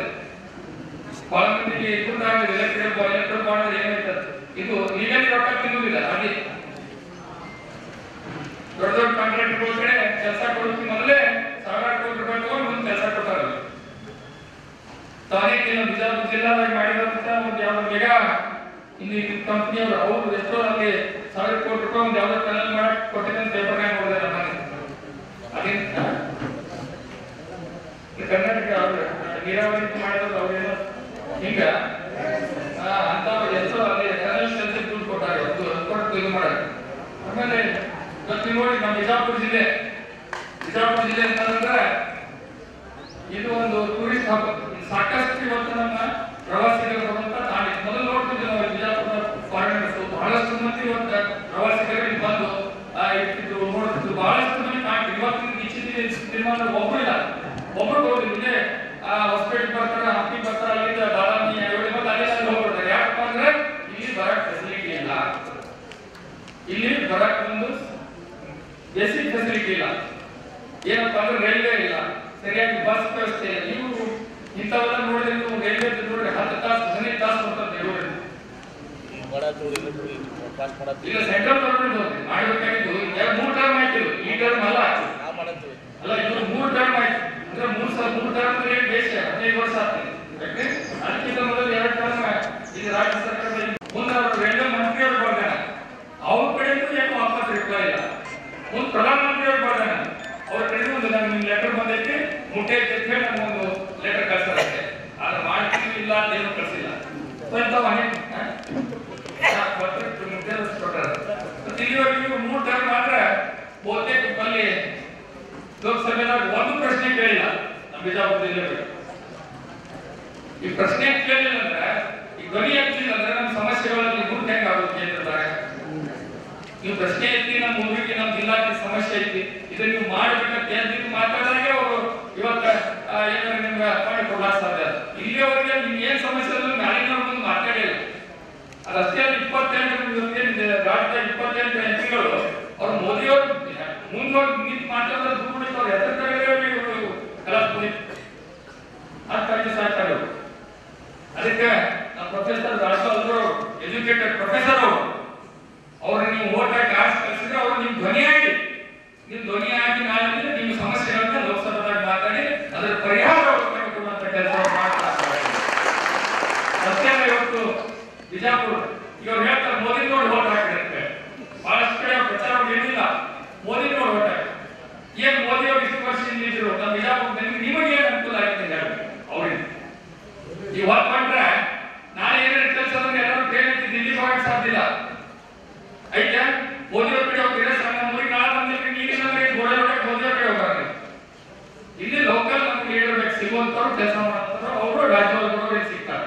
ಮತ್ತು ನೀರಾವರಿ ಯೋಜನೆ 2013 ಇಶ್ಯೂ ಬಹುತೇಕ ನೀವು ಇವತ್ತೆಲ್ಲ ಗೊತ್ತಿರಿ. ಇವತ್ತು ಜನಕಂತ ವಿಚಾರ ಮಾಡಿ 2013 ಇಶ್ಯೂ ಒಳಗೆ ನಮ್ಮ ಬಿಜಾಪುರ ಜಿಲ್ಲಾ ನೀರಾವರಿ ಖಾತೆ ಸಿಕ್ಕಿರ್ಲಿಲ್ಲ ಅಥವಾ ಇಷ್ಟು ಮಾಡಿ ಕೊಟ್ಟಿದ್ದಿಲ್ಲ. ನೀರಾವರಿ ಕೆಲಸ ಇವತ್ತು ಮಾಡಕ್ ಆಗಿದ್ದಿಲ್ಲ ಅಂದ್ರೆ ಇವತ್ತು ಏನ್ ಪರಿಸ್ಥಿತಿ ನಿಮ್ಗೆ ಇರ್ತಿತ್ತು ವಿಚಾರ ಮಾಡಿ. ಇವತ್ತು ಯಾರು ನೀವು ಗೊತ್ತಿರ್ತಿದ್ದಿಲ್ಲ.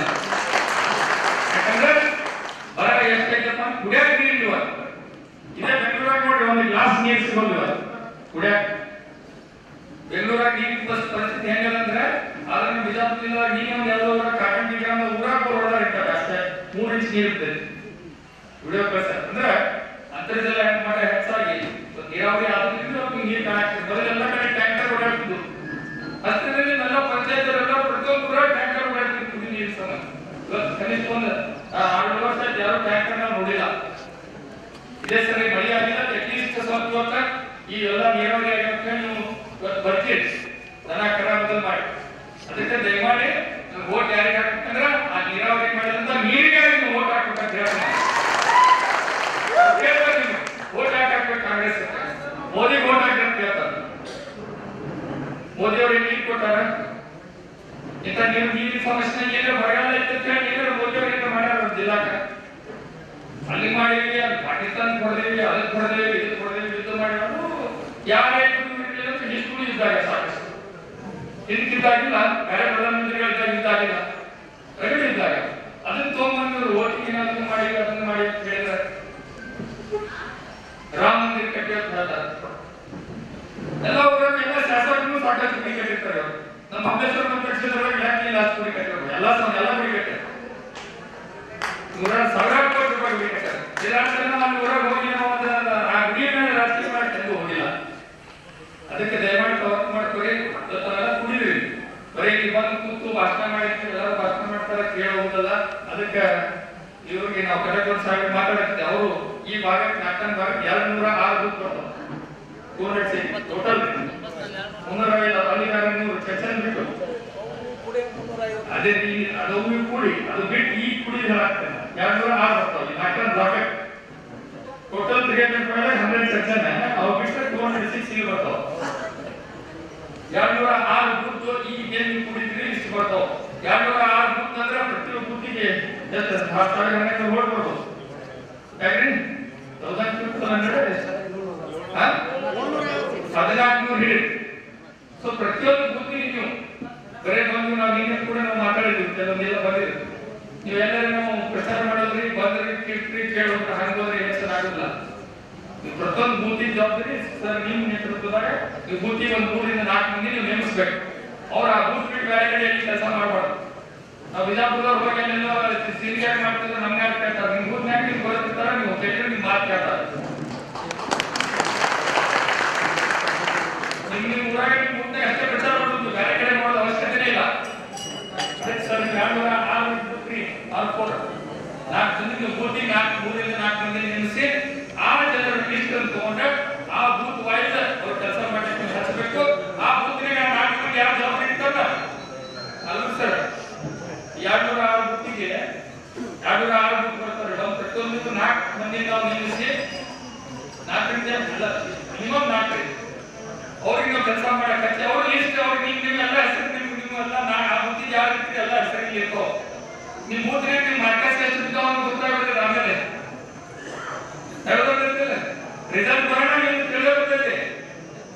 ಈ ಬೂತ್ ನಂಬರ್ 20 ಅದರ ಯಾರ್ಯಾರು ಎಷ್ಟು ಓಟ್ ನಮ್ಮ ಕಾಂಗ್ರೆಸ್ ಪಕ್ಷಕ್ಕೆ ಓಟ್ ಹಾಕ್ತಾರೆ ಅನ್ನೋದು ನಿಮ್ಮ ಕೆಪಾಬಿಲಿಟಿ, ನಿಮ್ಗೆ ಜವಾಬ್ದಾರಿ ನೀವು ಕೊಟ್ಟಾಗ ತಿಳಿದ್ಬಿಡುತ್ತೆ. ಆ ರೀತಿ ನೀವು ಕೆಲಸ ಮಾಡಿದ್ರೆ ಮಾತ್ರ ಮುಂದೆ 4 ವರ್ಷ ಕಾಂಗ್ರೆಸ್ ಸರ್ಕಾರ ಜೊತೆ ನಮ್ಮ ಪಕ್ಷ ಅಧಿಕಾರದಲ್ಲಿ ರಾಜ್ಯದಾಗ ನಿಮ್ಮ ಕೆಲಸ ಕಾರ್ಯಗಳಾಗಬೇಕು. ನೀವು ಪಕ್ಷದಾಗ ಏನೋ ಆಸೆ ಆಕಾಂಕ್ಷೆ ಇಟ್ಕೊಂಡವ್ರು ಬಹಳ ಮಂದಿ ಯಾವ್ದಾಗ್ತಿಲ್ಲ. ನಾ ಅದು ಆಗ್ಬೇಕ್ರಿ, ನಾ ಇದು ಆಗ್ಬೇಕ್ರಿ ಎಲ್ಲ ಮಾರ್ಕಸ್ ನೋಡಿ ಒಂದು ಕೆಲಸ ಮಾಡೋದು.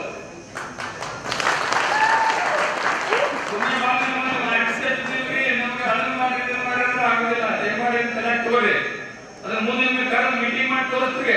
ರಾಜು ಉತ್ತರ ಕಾಂಡೆ ಎಲ್ಲಿ ತಗೊಂಡಿದ್ದು ನೋಡಿ, ನಿಮ್ಮ ಮಾರ್ಕಸ್ ಕಾರ್ಡ್ ನೀವು ನೋಡಿ, ಈ ತೋರಿದ್ದು ಕಾಂಗ್ರೆಸ್ ಇಟ್ಟಿದ್ದಾವ, ಬಿಜೆಪಿ ಇಟ್ಟಿದ್ದಾವ. ಸೊ ಅದ್ರ ಮೇಲೆ ಮುಂದೆ ನಿಮ್ಗೆ ಕೆಲಸ ಒಪ್ಪಂದ ಆಗ್ತಿಲ್ಲ. ಆಗುದಿಲ್ಲ. 206 ಬೂತ್ನಾಗ ಪ್ರತಿಯೊಂದು ಬೂತ್ನಾಗ ಎಷ್ಟು ನೀವು ಕಾಂಗ್ರೆಸ್ ಪಕ್ಷ ಲೀಡ್ ಮಾಡ್ತೀರಿ, ಯಾವ ಬೂತ್ ನಿಮ್ಮ ಗಾಟ್ನಾಗ ಹೈಯೆಸ್ಟ್ ಆಗ್ತೈತಿ ಆ ಬೂತಿಗೆ ನಾವು ಇವತ್ತೊಂದು ಬಹುಮಾನ ಕೊಡ್ತೇವೆ. ಅವ್ರಿಗೆ ಕರೆದ ಯಾವ ಬೂತ್ನಾಗ ಹೆಲ್ಪ್ ಮಾಡ್ತೀರಿ ಅವ್ರಿಗೆ ಕರೆದ ಅವ್ರಿಗೆ ಒಂದು ವಿಶೇಷವಾದ ಸ್ಥಾನಮಾನವನ್ನು ಕೊಡುವಂತ ಕೆಲಸ ನಾವು ಕಾಂಗ್ರೆಸ್ ಪಕ್ಷದಿಂದ ಇವತ್ತು ನಾವು ಮಾಡ್ತೇವೆ.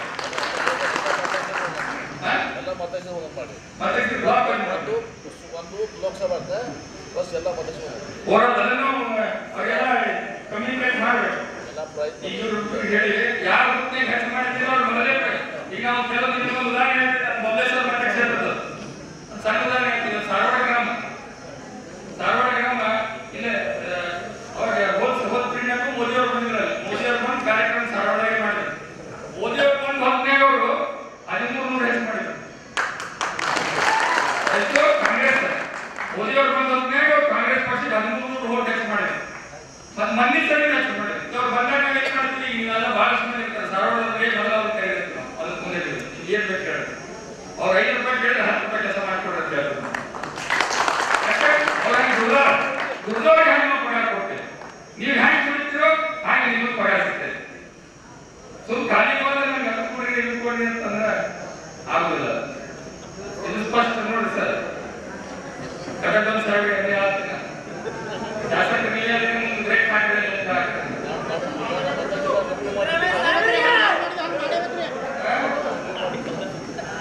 ಮತ್ತೆ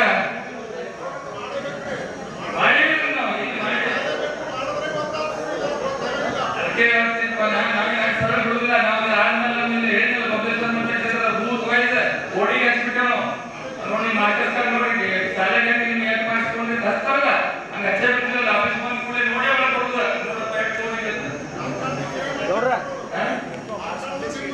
ದುಡಿಯೋರು ಬೇರೆ ಆಗ್ಯಾರಿ, ಪಗಾರ ತಗೊಳ್ಳೋರು ಬೇರೆ. ಅದೇ ಬೈ ಬೂತ್ ಮಾಡಿದ್ರೆ ಕುಂದ್ರಿ ಬೂತ್ ಮಾಡಿದಾಗ ಒಂದೊಂದು ಬೂತಿಗೆ ಯಾರ ಬೂತಿಗೆ ಯಾವ ಬ್ಲಾಕ್ ಅಧ್ಯಕ್ಷರು ಯಾರಂದ್ರೆ ನಿಮ್ಮ ಕಾರ್ಯಕರ್ತರಿಗೆ ಶಾಸಕರಿಗೆ ಕೊಟ್ಟ ಅಷ್ಟು ಒಂದು ಬೂತಿಗೆ ಮಿನಿಮಮ್ ಹೋಗಿ 10 ತನಕ ಮಾಡಿ ಅವ್ರ ಹೆಸರು ನಮ್ಗೆ ಲಿಸ್ಟ್ ಕೊಡ್ಬೇಕು. ನೀವು ಆ ಬೂತ್ ಹೆಸರು ನಂಬರ್ ಅವ್ರ ಅಡ್ಡಾಡಿ ಅವ್ರ ವೋಟರ್ ಲಿಸ್ಟ್ ಎಲ್ಲ ಕೊಟ್ಟು ಅವ್ರ ಅಡ್ಡಾಡಿ ಕೆಲಸ ಮಾಡ್ತಾರೆ. ನಾಳೆ ಮುಗಿದ ನಂತರ ಮತ್ತೆ ಅವ್ರು ಕರೀತಾರೆ. ಈಗ ಮುಗಿದ ಮೊದಲು ಮೀಟಿಂಗ್ ಮಾಡೋದು, ಮುಗಿದ ನಂತರ ನೋಡ್ರಪ್ಪ ನಿಮ್ಮ ಬೂತ್ ನಂಬರ್ 20 ಈ ರಾಜು ಇವ್ರೊಂದು 8 ಮಂದಿ ಅದ್ರ ನಿಮ್ಮ ಕೈ ನೋಡಪ್ಪ ನಿಮ್ಮ ಬೂತ್ನಾಗ ಎಷ್ಟು ಬಿದ್ದಾವ ವಾಟರ್ ಎಷ್ಟು ಬಿದ್ದ ನೀವು ನೋಡಿ ಮುಂದೆ ಹೆಂಗೆ ಅಂತ ಅದಕ್ಕೆ ಅದು ಮುಂದಿನ ಮಾರ್ಕರ್ಸ್ ಯಾರು ಹೆಚ್ಚು ತೋರ್ತೀರಿ ನಿಮ್ಮ ಕೆಲಸ ಹಂಗ ಆಗ್ಬಿಡ್ತಂದ್ರೆ ಈ ಬೂತ್ನಾಗ ಇವೆಲ್ಲ ಪ್ರತಿಯೊಂದು ಬೂತ್ನಾಗ ನೀವು ಹೆಂಗೆ ಮಾಡಿ ತೋರಿಸಿದ್ರೆ ಮಾತ್ರ ಮುಂದೆ ಪಗಾರ ಸಿಗ್ತದೆ. ಇಲ್ಲಾಂದ್ರೆ ದುಡಿಲಾರ್ದ ಪಗಾರ ಸಿಗ್ತದೆ. ಈ ದುಡಿದವ್ರು ಇರ್ತಾರೆ. ಹಾಗಾಗಿ ನಾವು ದುಡಿಲಾರ್ದ ಕೊಟ್ಟು ನಾಳೆ ಬರ್ತಾರೆ ನಾಯಕ ದುಡಿಲಾರ್ದ ಪಗಾರ ಕೊಡ್ತಾರೆ. ಅದಕ್ಕೆ ದಯಮಾಡಿ ಇದು ಭಾಳ ಚೆನ್ನಾಗಿ ಸೀರಿಯಸ್ ಮತ್ತು ಹಂಗೆ ಹೇಳ್ಬಿಡ್ತಾರಲ್ಲ ಪಕ್ಕ ಇದೆ. ಅದಕ್ಕೆ ಇವತ್ತು ಮತ್ತೆ ಈಗ ಬಂದಂತ ಗೊತ್ತೈತಿ ಬೂತ್ನಾಗ ನಮ್ಮ ಕಾಂಡಗಳು ಇರ್ತದ ಯಾಕ್ರಿ 206 ಬೂತ್ನಾಗ ಇವತ್ತು ತಾವೆಲ್ಲ ನೋಡಿದಿರ ಬಂಜಾರ ಸಮಾಜಕ್ಕೆ ಯಾವ ರೀತಿ ಇವರು ಬಿಜೆಪಿ ಅವರು ಮಾತಾಡಿದಾರ ಮತ್ತು ಕಳೆದ ಚುನಾವಣೆದಾಗ ತಾವು ನೋಡಿ ನಿಮ್ಮ ತಾಂಡಾಗ ಏನೋ ಇದ್ರಿಂದ ಹೊರಗೆ ಆಗ್ತದೆ ಅಂತ ಹೇಳಿದ್ರು ಬಿಜೆಪಿ ಅವರು ಏನ್ರಿ ಅಷ್ಟೇ ಅಲ್ಲ ತಾವು ನಿಮ್ ಹೋಟೆ ಬೇಡ ಅಂತ ಹೇಳ್ಬಿಟ್ರೆ ಮನೆ ನಮ್ಮ ಕಾಂಗ್ರೆಸ್ ಬಿಜೆಪಿ ನಿಮ್ ಹೋಟೆ ಬೇಡ ಅಂತ ಹೇಳಿ ಹೇಳ್ತಾರೆ ನೋಡಿದಿರಲ್ಲ ಗಮನದಾಗ ಇಟ್ಕೊಂಡು 7ನೇ ತಾರೀಕಿಗೆ ಕೈ ಕೊಟ್ಟು ಮುಂದೆ ಬಟನ್ ಮಾಡಿ ಅವ್ರಿಗೆ ತೋರಿಸ್ಕೊಡುದು ನಾವು ಓಟ್ ಮಾಡಿದ್ರೆ ನೀವು ನೋಡ್ರಿ ನಾವು ಇಲ್ಲಿ ಓಟ್ ಹಾಕಿದವ್ರು ಆರಿಸ್ಕೊಂಡ್ರಿ ಅಂತ ಹೇಳಿ ಅದಕ್ಕೆ ಮತ್ತು ಈಗ ಸಮಯ ಭಾಳ ಆಗೈತಿ ಮಾತಾಡೋದು ಭಾಳ ಇದ್ದಾರೆ ಮತ್ತೆ ಈ ಬೂತ್ ಮಟ್ಟದ ಎಲ್ಲ ಇದು ಮಾಡಿದ ಕೂಡಲೇ ಮತ್ತೆ ಇನ್ನೊಂದು ಬೂತ್ ವೈಸ್ ಒಂದು ಮೀಟಿಂಗ್ ಮಾಡುವಂತ ಕೆಲಸ ನಾವು ಶಾಸಕರು ಮಾಡುವಂತ ಪ್ರಯತ್ನ ಮಾಡ್ತೀವಿ. ದಯಮಾಡಿ ತಾವೆಲ್ಲರೂ ಬರೀ ಬಂದು ಕೂತು ಕೇಳಿ ಹೋಗುದಲ್ಲ ನಿಮ್ಮ ಬೂತ್ನಾಗ ಹೆಚ್ಚು ಮಾಡಿ ತೋರಿಸಿದ್ರೆ ನಿಜವಾಗ್ಲೂ ಕಾಂಗ್ರೆಸ್ ಪಕ್ಷದ ಪರವಾಗಿ ಹಿಡಿದು ರಾಜು ಅವರು ಸರ್ ನಾವು ಆರಿಸಿ ಕಳಿಸಿದ್ರೆ ಅವ್ರಿಗೆಲ್ಲ ಭಾಷೆ ಬರ್ತದೆ. ಅಲ್ಲಿ ದಿಲ್ಲಿ ಭಾಳ ಮಂದಿ ಹೋದವ್ರಿಗೆ ಹಿಂದಿನೇ ಹೋಗಲ್ಲ. ಶೋಭಾ ಕರಂದ್ಲಾಜೆ ಅವರು ಮಂತ್ರಿ ಮಾಡೋರು ಹಿಂದಿನೇ ಹೋಗಲ್ಲ. ಅವ್ರು ಏನ್ ಮಾತಾಡ್ತಾರೆ ಯಾರಿಗೆ ಅರ್ಥ ಆಗುದಿಲ್ಲ. ಮತ್ತೆ ಹೋಗಿ ಮೂಕರ ಕಟ್ಟಲೆ ಹಿಂಗೆ ಕೈ ಮಾಡಿದ್ರೆ ಯಾರಿಗೂ ತಿಳಿದಿಲ್ಲ. ಸೊ ಅವರು ಎಜುಕೇಟೆಡ್ ಅದಾರ, ಎಲ್ಲ ಭಾಷೆ ಬರ್ತೈತಿ, ಇಂಗ್ಲಿಷ್ ಬರ್ತೈತಿ, ಹಿಂದಿ ಬರ್ತೈತಲ್ಲ ಅಂದ್ರೆ ಅಲ್ಲಿ ಹೋಗಿ ಲೋಕಸಭೆದಾಗ ನಿಮ್ ಧ್ವನಿಯಾಗಿ ಅವರು ಏನ್ ಸಮಸ್ಯೆ ಅದಾವ ಬಿಜಾಪುರ ಸಮಸ್ಯೆಗಳು ಯಾಕೆ ಮಾತಾಡಿ ಹೋರಾಟ ಮಾಡ್ತಾರೆ ಅದ್ರ ಪರವಾಗಿ ಅವ್ರಿಗೆ ಕಾಂಗ್ರೆಸ್ ಪಕ್ಷಕ್ಕೆ ಮತ ಕೊಡಬೇಕು ವಿನಂತಿ ಮಾಡ್ತಾ 24ರ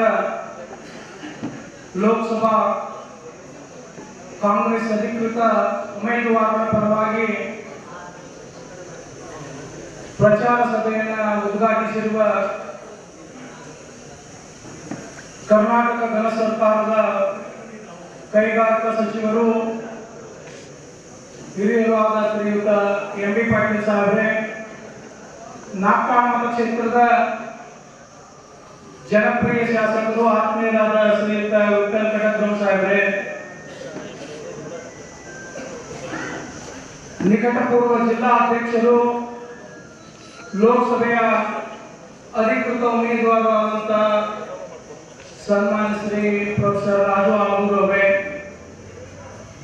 ಈಗ ತಾನೇ ತಮ್ಮೆಲ್ಲರನ್ನ ಉದ್ದೇಶಿಸಿ ಮಾತನಾಡಿ ನಿರ್ಗಮಿಸಿರುವ ವಿಧಾನ ಪರಿಷತ್ ಸದಸ್ಯರಾದ ಶ್ರೀಯುತ ಸುನೀಲ್ ಗೌಡ ಪಾಟೀಲ್ ಅವರೇ, ಡಿ.ಎಲ್. ಚವ್ಹಾಣ್ ಅವರೇ, ಎಂ.ಆರ್. ಪಾಟೀಲ್ ಅವರೇ, ಬ್ಲಾಕ್ ಕಾಂಗ್ರೆಸ್ ಅಧ್ಯಕ್ಷರಾದ ಮುಲ್ಲಾ ಅವರೇ, ಉತ್ಲಾಸ್ಕರ್ ಮೇಡಮ್ ಅವರೇ, ಕಾಂತಾ ನಾಯ್ಕ ಅವರೇ, ಇಲ್ಲಿರ್ತಕ್ಕಂಥ ಯಾವತ್ತೂ ಕಾಂಗ್ರೆಸ್ ಪಕ್ಷದ ಧುರೀಣರೇ, ಅಭಿಮಾನಿ ವರ್ಗದವರೇ, ಈಗಾಗಲೇ ಮಾತನಾಡಿದಂತ ಎಲ್ಲ ಮುಖಂಡರು ಪ್ರಸ್ತುತ ಸಂದರ್ಭದಲ್ಲಿ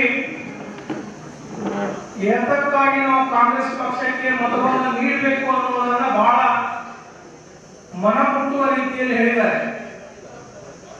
ಮತ್ತು ಸುನೀಲ್ ಗೌಡ ಪಾಟೀಲ್ ನೀವು ನಿಮ್ಮ ಮತಗಟ್ಟೆಯಲ್ಲಿ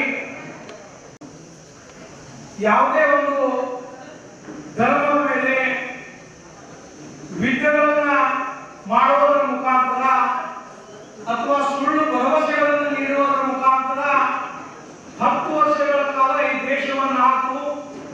ಆದರೆ ಇವತ್ತು ಪರಿಸ್ಥಿತಿ ಇಡೀ ದೇಶದಲ್ಲಿ ಭಿನ್ನವಾಗಿದೆ. ಇವತ್ತು ಭಾರತೀಯ ಜನತಾ ಪಕ್ಷದ ಸಂಪೂರ್ಣ ಖುಷಿ ಮಾತುಗಳು ಪ್ರತಿಯೊಬ್ಬ ಪ್ರಜೆಗೂ ಗೊತ್ತಾಗ್ತಾ ಇದೆ. ಇವತ್ತೇನು ಕಾಂಗ್ರೆಸ್ ಪಕ್ಷದ ಒಂದು ಸಾಧನೆಯನ್ನು ನಮ್ಮೆಲ್ಲ ನಾಯಕರು ಹೇಳಿದ್ರು, ತಾವೆಲ್ಲ ದಿನನಿತ್ಯ ಪತ್ರಿಕೆಗಳಲ್ಲಿ, ಟಿವಿ ಮಾಧ್ಯಮಗಳಲ್ಲಿ, ಮೊಬೈಲ್ಗಳಲ್ಲಿ ನೋಡಿದ್ದೀವಿ. ಆದರೆ ಅದಕ್ಕೆ ಉತ್ತರ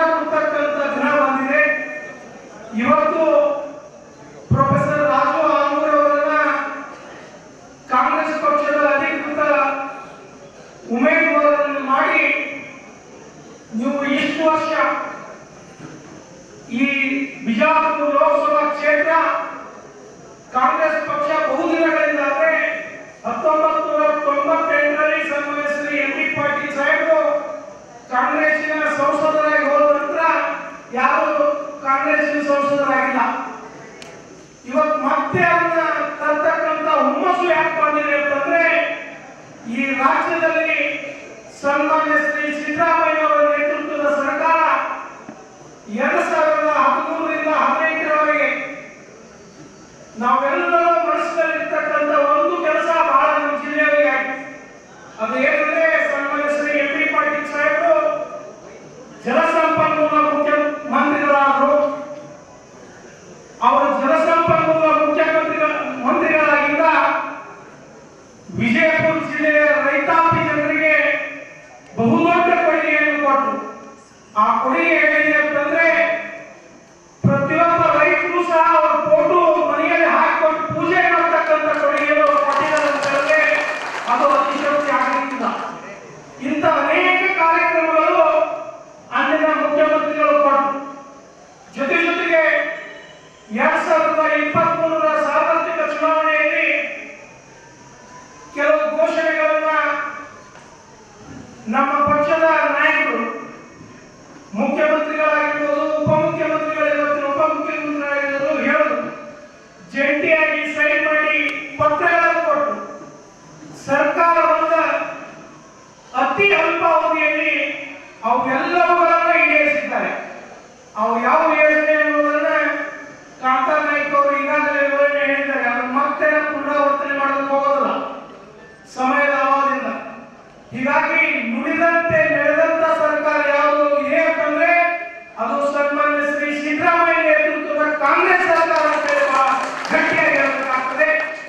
ಅಂತ ಒಬ್ಬ ನಾಯಕರು ಈ ರಾಜ್ಯದಲ್ಲಿ, ಅದೇ ರೀತಿ ವಿಜಯಪುರ ಜಿಲ್ಲಾ ಉಸ್ತುವಾರಿ ಸಚಿವರಾದಂತಹ ಸನ್ಮಾನ್ಯ ಶ್ರೀ ಎಂ.ಬಿ. ಪಾಟೀಲ್ ಆಗಿರ್ಬೋದು, ನಾಗರಾಜ ಶಾಸಕರಾದಂತಹ ಶ್ರೀಯುತ ವಿಠಲ್ ಕಟಕಗೌಡರು ಸಹ ಅವರು ಬಹಳ ಸೌಮ್ಯ ಸ್ವಭಾವಗಳು. ಅವರು ಪ್ರತಿ ಸಮಯವೂ ಸಹ ಒಂದೇನಾದ್ರೂ ಅಭಿವೃದ್ಧಿ ಮಾಡಿ ಸಾಧನೆ ಮಾಡಬೇಕಂತ ವಿಚಾರಧಾರೆಗಳು. ಅದ್ರ ಜೊತೆಗೆ ಈ ಭಾಗದಿಂದ 2 ಬಾರಿ ಶಾಸಕರಾಗಿ ನಿಗಮ ಮಂಡಳಿಯ ಅಧ್ಯಕ್ಷರಾಗಿ ಕೆಲಸ ಮಾಡಿದ ಅನುಭವವನ್ನು ಹೊಂದಿರುವ ಇವತ್ತು ನಮ್ಮ ಅಭ್ಯರ್ಥಿಯಾದಂತಹ ಪ್ರೊಫೆಸರ್ ರಾಜು ಆಲೂರು. ಇವತ್ತು ರಾಜು ಆಲೂರು ಅವರು ಆಯ್ಕೆಯಾಗಿ ಬರುವುದು ಈ ಸೂರ್ಯಚಂದ್ರ ಹುಟ್ಟುವುದು ಎಷ್ಟು ಸತ್ಯ ಇದೆ, ಆಯ್ಕೆಯಲ್ಲೂ ಅಷ್ಟೇ ಸತ್ಯ ಇದೆ. ಆದರೆ ನಾವೆಲ್ಲ ಆಯ್ತು ನಮ್ಮ ಪಾರ್ಟಿ ಆಚೆ ಬರ್ತದ ಅಂತ ತಿಳ್ಕೊಂಡಿಸಿದ್ರೆ ಹುಮ್ಮಸ್ಸಿನಿಂದ ಭಾಷಣ ಕೇಳಿ ಮನೆಗೆ ಹೋಗಿ ಕುಂತ್ರೆ ಆಗೋದಿಲ್ಲ. ತಾವೆಲ್ಲರೂ ಪ್ರತಿಯೊಂದು ಓಟದ್ದು ಮಾತು ಅಷ್ಟೇ. ಎಂ.ಆರ್. ಪಾಟೀಲ್ ಹೇಳಿದಾಗ ಬಹಳ ಬಿಸಿಲೈತೆ. ಪ್ರತಿಯೊಬ್ಬರು ಮತದಾನ ಮಾಡಬೇಕಾಗ್ತದೆ. ವಿಶೇಷವಾಗಿ ನಮ್ಮ ಜಿಲ್ಲೆಯಲ್ಲಿ ಮಹಿಳಾ ಮತದಾರರು ಹೆಚ್ಚಿನ ಸಂಖ್ಯೆಯಿಲ್ಲ. ಮಹಿಳೆಯರನ್ನ ಮನವೊಲಿಸಿ, ಯಾಕಂದ್ರೆ ನಮ್ಮ ಪಕ್ಷದ ಹೆಚ್ಚಿನ ಮಾಡೋರೇ ಮಹಿಳೆಯರು. ಇವತ್ತು ಅವರಿಗೆ ಅನೇಕ ಯೋಜನೆಗಳನ್ನು ಸರ್ಕಾರ ಕೊಟ್ಟಿದೆ. ಅವರನ್ನು ಪಡೆದುಕೊಂಡು ಹುಮ್ಮಸ್ಸಲ್ಲಿದ್ದಾರೆ. ಅವರ ಮನವೊಲಿಸಿ ಮತದಾನ ಮಾಡಿಸ್ತಕ್ಕಂಥ ಕೆಲಸ ಎಲ್ಲ ಕಾರ್ಯಕರ್ತರ ಮುಖಂಡರ ಮೇಲಿದೆ.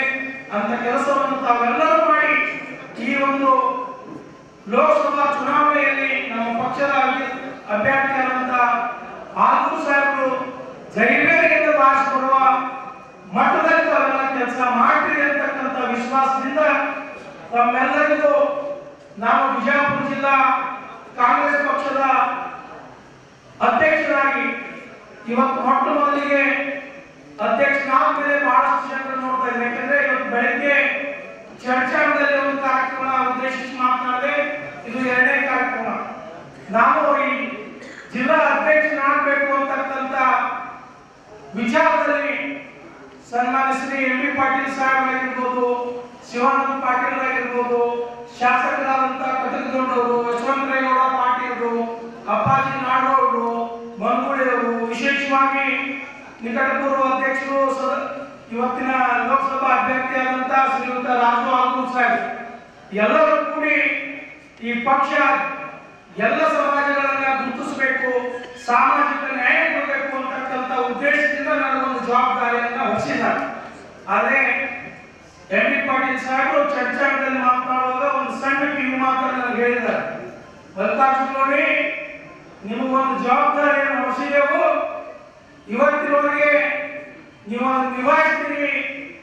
ನಿಮ್ಮ ಒಂದು ಬಂಡವಾಳ ಕನಿಷ್ಠ ಪಕ್ಷ 40% ನಮ್ಮ ಜೋಡಿ ಬಂದ್ರೆ ನಾವು ವಿಜಯ ಸಾಧ್ಯ ಐತೆ ಅಂತಕ್ಕಂಥ ಮಾತಾಡಿದ್ದಾರೆ. ನಾವು ವ್ಯಕ್ತಿಯ ಮುಖಾಂತರ ಸಾಹೇಬ್ರಿಗೆ ಮಾತು ಕೊಡ್ತೀನಿ.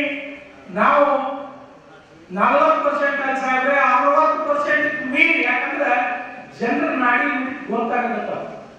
ನಾನು ಚರ್ಚೆ ಮುಗಿಸ್ಕೊಂಡು ನನ್ನ ಸೊಸೈಟಿಯಲ್ಲಿ ಒಂದು ಮೀಟಿಂಗ್ ಮಾಡಿದೆ ಸರ್. ನನ್ನ ಬರಕ್ಕಾಗಲಿಲ್ಲ. ನಾನು ಅವರೆಲ್ಲರನ್ನ ಹಿಂದೇನು 10 ವರ್ಷ ಬಿಜೆಪಿ ಮಾಡ್ಯಾರ ಅವರೆಲ್ಲರೂ ಇದ್ದು ಅವ್ರ ವಾದ ವಿವಾದಗಳನ್ನು ಕೇಳೋಣ. ಕೇಳಿ ಕೊನೆಗೆ ನಾನು ಪ್ರಶ್ನೆ ಕೇಳಿದಾಗ ಅವ್ರ ಬಾಯಿ ಬಂದಾಯ್ತು. ಹೌದ್ರಿ ಅಣ್ಣ, ನೀವು ಹೇಳೋದು ಕರೆ ಐತಿ, ಈ ಸಲ ನಾವು ನಿಮ್ಮ ಜೋಡಿ ಬೆನ್ನ ಹತ್ತೇವೆ ಅಂತಕ್ಕಂಥ ಮಾತನ್ನು ಹೇಳೋದು. ಹೀಗಾಗಿ ಒಂದೇ ಅಲ್ಲ, ಎಲ್ಲ ಕಡೆ ಈ ಮಾತು ಬರ್ತಾ ಇದ್ದವು. ಹೀಗಾಗಿ ಅವರ ಕೆಲವು 100% ಆಗ್ತದ ಅಂತಕ್ಕಂಥ ವಿಶ್ವಾಸ ಐತಿ. ಭಗವಂತ ಆ ನಿಟ್ಟಿನಲ್ಲಿ ನಮ್ಮೆಲ್ಲರಿಗೂ ಅವರ ಒಂದು ಗೆಲುವಿನಲ್ಲಿ ಒಂದು ಪಾತ್ರ ತಗೊಳ್ತಕ್ಕಂಥ ಅವಕಾಶ ಇದನ್ನು ವಂಚಿತ ಮಾಡ್ಕೋಬೇಡಿ. ಯಾರು ಗೆಲುವು ಖಂಡಿತ ಇದೆ. ಆ ಗೆಲುವಿನೊಳಗೆ ನಾವು ದುರ್ಗವಪ್ಪ, ನಾವು ಹೋಗ್ತೇವಪ್ಪ ಅಂತಕ್ಕಂಥ ಅವಕಾಶ ನಿಮ್ಮದೈತಿ. ಆ ಅವಕಾಶ ವಂಚಿತ ನಾವು ಆಗ್ಬಾರ್ದು ಅಂತ ತಮ್ಮಲ್ಲಿ ವಿನಂತಿಯನ್ನು ಮಾಡಿಕೊಂಡು ಮತ್ತೊಮ್ಮೆ ತಮ್ಮೆಲ್ಲರಿಗೆ ವಂದಿಸಿ ನನ್ನ ಮಾತುಗಳನ್ನು ಮುಗಿಸ್ತಾ ಇದ್ದೀನಿ. ಜೈ ಕಾಂಗ್ರೆಸ್. ಲೋಕಸಭೆಯ ಚುನಾವಣೆ ಪ್ರಚಾರದ ನೇತೃತ್ವವನ್ನು ವಹಿಸಿಕೊಂಡಿರ್ತಕ್ಕಂಥ ಈ ಚುನಾವಣೆಯ ಉಸ್ತುವಾರಿಯಾಗಿರ್ತಕ್ಕಂಥ ಕರ್ನಾಟಕ ರಾಜ್ಯದ ಬೃಹತ್ ಕೈಗಾರಿಕೆ ಸಚಿವರು, ಹಿಂದಿನ ಜಲಸಂಪನ್ಮೂಲ ಸಚಿವರು, ನನ್ನ ನಾಯಕರಾಗಿರ್ತಕ್ಕಂಥ ಸನ್ಮಾನ್ಯ ಎಂ ಬಿ ಪಾಟೀಲ್ ಸಾಹೇಬ್ರೆ, ಸಭೆಯ ಅಧ್ಯಕ್ಷತೆಯನ್ನು ವಹಿಸಿಕೊಂಡಿರ್ತಕ್ಕಂಥ ನಾಲ್ಕಾನ್ ಕ್ಷೇತ್ರದ ಜನಪ್ರಿಯ ಶಾಸಕರು, ಆತ್ಮೀಯರಾಗಿರ್ತಕ್ಕಂಥ ಕಟುಕೊಂಡವ್ರೆ, ಬಿಜಾಪುರ ಜಿಲ್ಲಾ ಕಾಂಗ್ರೆಸ್ ಸಮಿತಿಯ ನೂತನ ಅಧ್ಯಕ್ಷರಾಗಿರ್ತಕ್ಕಂಥ ಬಲೂರು ನುಡಿಯವರೇ, ಹಿರಿಯರಾಗಿರ್ತಕ್ಕಂಥ ಡಿ ಎನ್ ಚೌಹಾಣ್ ಅವರೇ, ಇನ್ನೊಬ್ಬ ನಮ್ಮ ನಿಗಮ ಮಂಡಳಿಯ ಅಧ್ಯಕ್ಷನಿಯಾಗಿರ್ತಕ್ಕಂಥ ಕಾಂಗ್ರೆಸ್ ಪಕ್ಷದ ಹಿರಿಯರಾಗಿರ್ತಕ್ಕಂಥ ಶ್ರೀಮತಿ ಕಾಂತಾ ನಾಯ್ಕರವರೇ, ಇನ್ನೊಬ್ಬ ಹಿರಿಯ ಮುಖಂಡರು, ರಾಜಕೀಯ ನೇತಾರರು, ಚತುರ್ರು ಆಗಿರ್ತಕ್ಕಂಥ ಎಂ ಆರ್ ಪಾಟೀಲ್, ಬ್ಲಾಕಿನ ಅಧ್ಯಕ್ಷರಾಗಿರ್ತಕ್ಕಂಥ ಶಾಜಾನ್ ಮುನ್ನಾದ್ ಅವರೇ, ಶ್ರೀದೇವಿ ಉಲ್ಲಾಸ್ಕರ್ ಅವರೇ, ನಮ್ಮ ಶಾಜಾನ್ ದುಡ್ಸಿ ಅವರೇ, ಇಲ್ಲಿ ಸಭೆಗೆ ಆಗಮಿಸಿರ್ತಕ್ಕಂಥ ನಾಲ್ಕಾನ್ ಕ್ಷೇತ್ರದ ಕಾಂಗ್ರೆಸ್ ಪಕ್ಷದ ಎಲ್ಲ ಹಿರಿಯರೇ, ನಾಗರಿಕರೇ, ವೇದಿಕೆ ಹಿಂದೆ ನಿಂತಿರ್ತಕ್ಕಂಥ ಎಲ್ಲ ಕಾರ್ಯಕರ್ತರೇ, ಆತ್ಮೀಯರೇ, ಇವತ್ತು ನಾವು ಜಾಸ್ತಿ ಮಾತನಾಡಿದ್ರೆ ಕೇವಲ 2-3 ವಿಚಾರಗಳನ್ನು ಹೇಳಿ ಸನ್ಮಾನ್ಯ ಎಂ ಬಿ ಪಾಟೀಲ್ ಸಾಹೇಬ್ ಹೆಚ್ಚಿನ ಸಮಯ ನಿಮಗೆ ಉದ್ದೇಶಿಸಿ ಮಾತನಾಡಲಿ ಅಂತ ಹೇಳಿ ನಾನು ಹೇಳಲಿಕ್ಕೆ ಬಯಸಿ, ಇವತ್ತು ನನಗೆ ನೀವೆಲ್ಲರನ್ನು ನಿಂತು ಮತ ಕೇಳ್ತಕ್ಕಂಥ ಒಂದು ನೈತಿಕವಾಗಿರ್ತಕ್ಕಂಥ ಧೈರ್ಯ ಇದೆ. ಅದೇ ಬಿಜೆಪಿ ಅಭ್ಯರ್ಥಿಗೆ ನಿಮ್ಮೆಲ್ಲರಿಗೆ ನಿಂತು ಮತ ಕೇಳ್ತಕ್ಕಂಥ ಯಾವುದೇ ನೈತಿಕ ಧೈರ್ಯ ಇಲ್ಲ ಅಂತ ನಾನು ಹೇಳಲಿಕ್ಕೆ ಬಯಸ್ತಾ ಇದ್ದೀನಿ.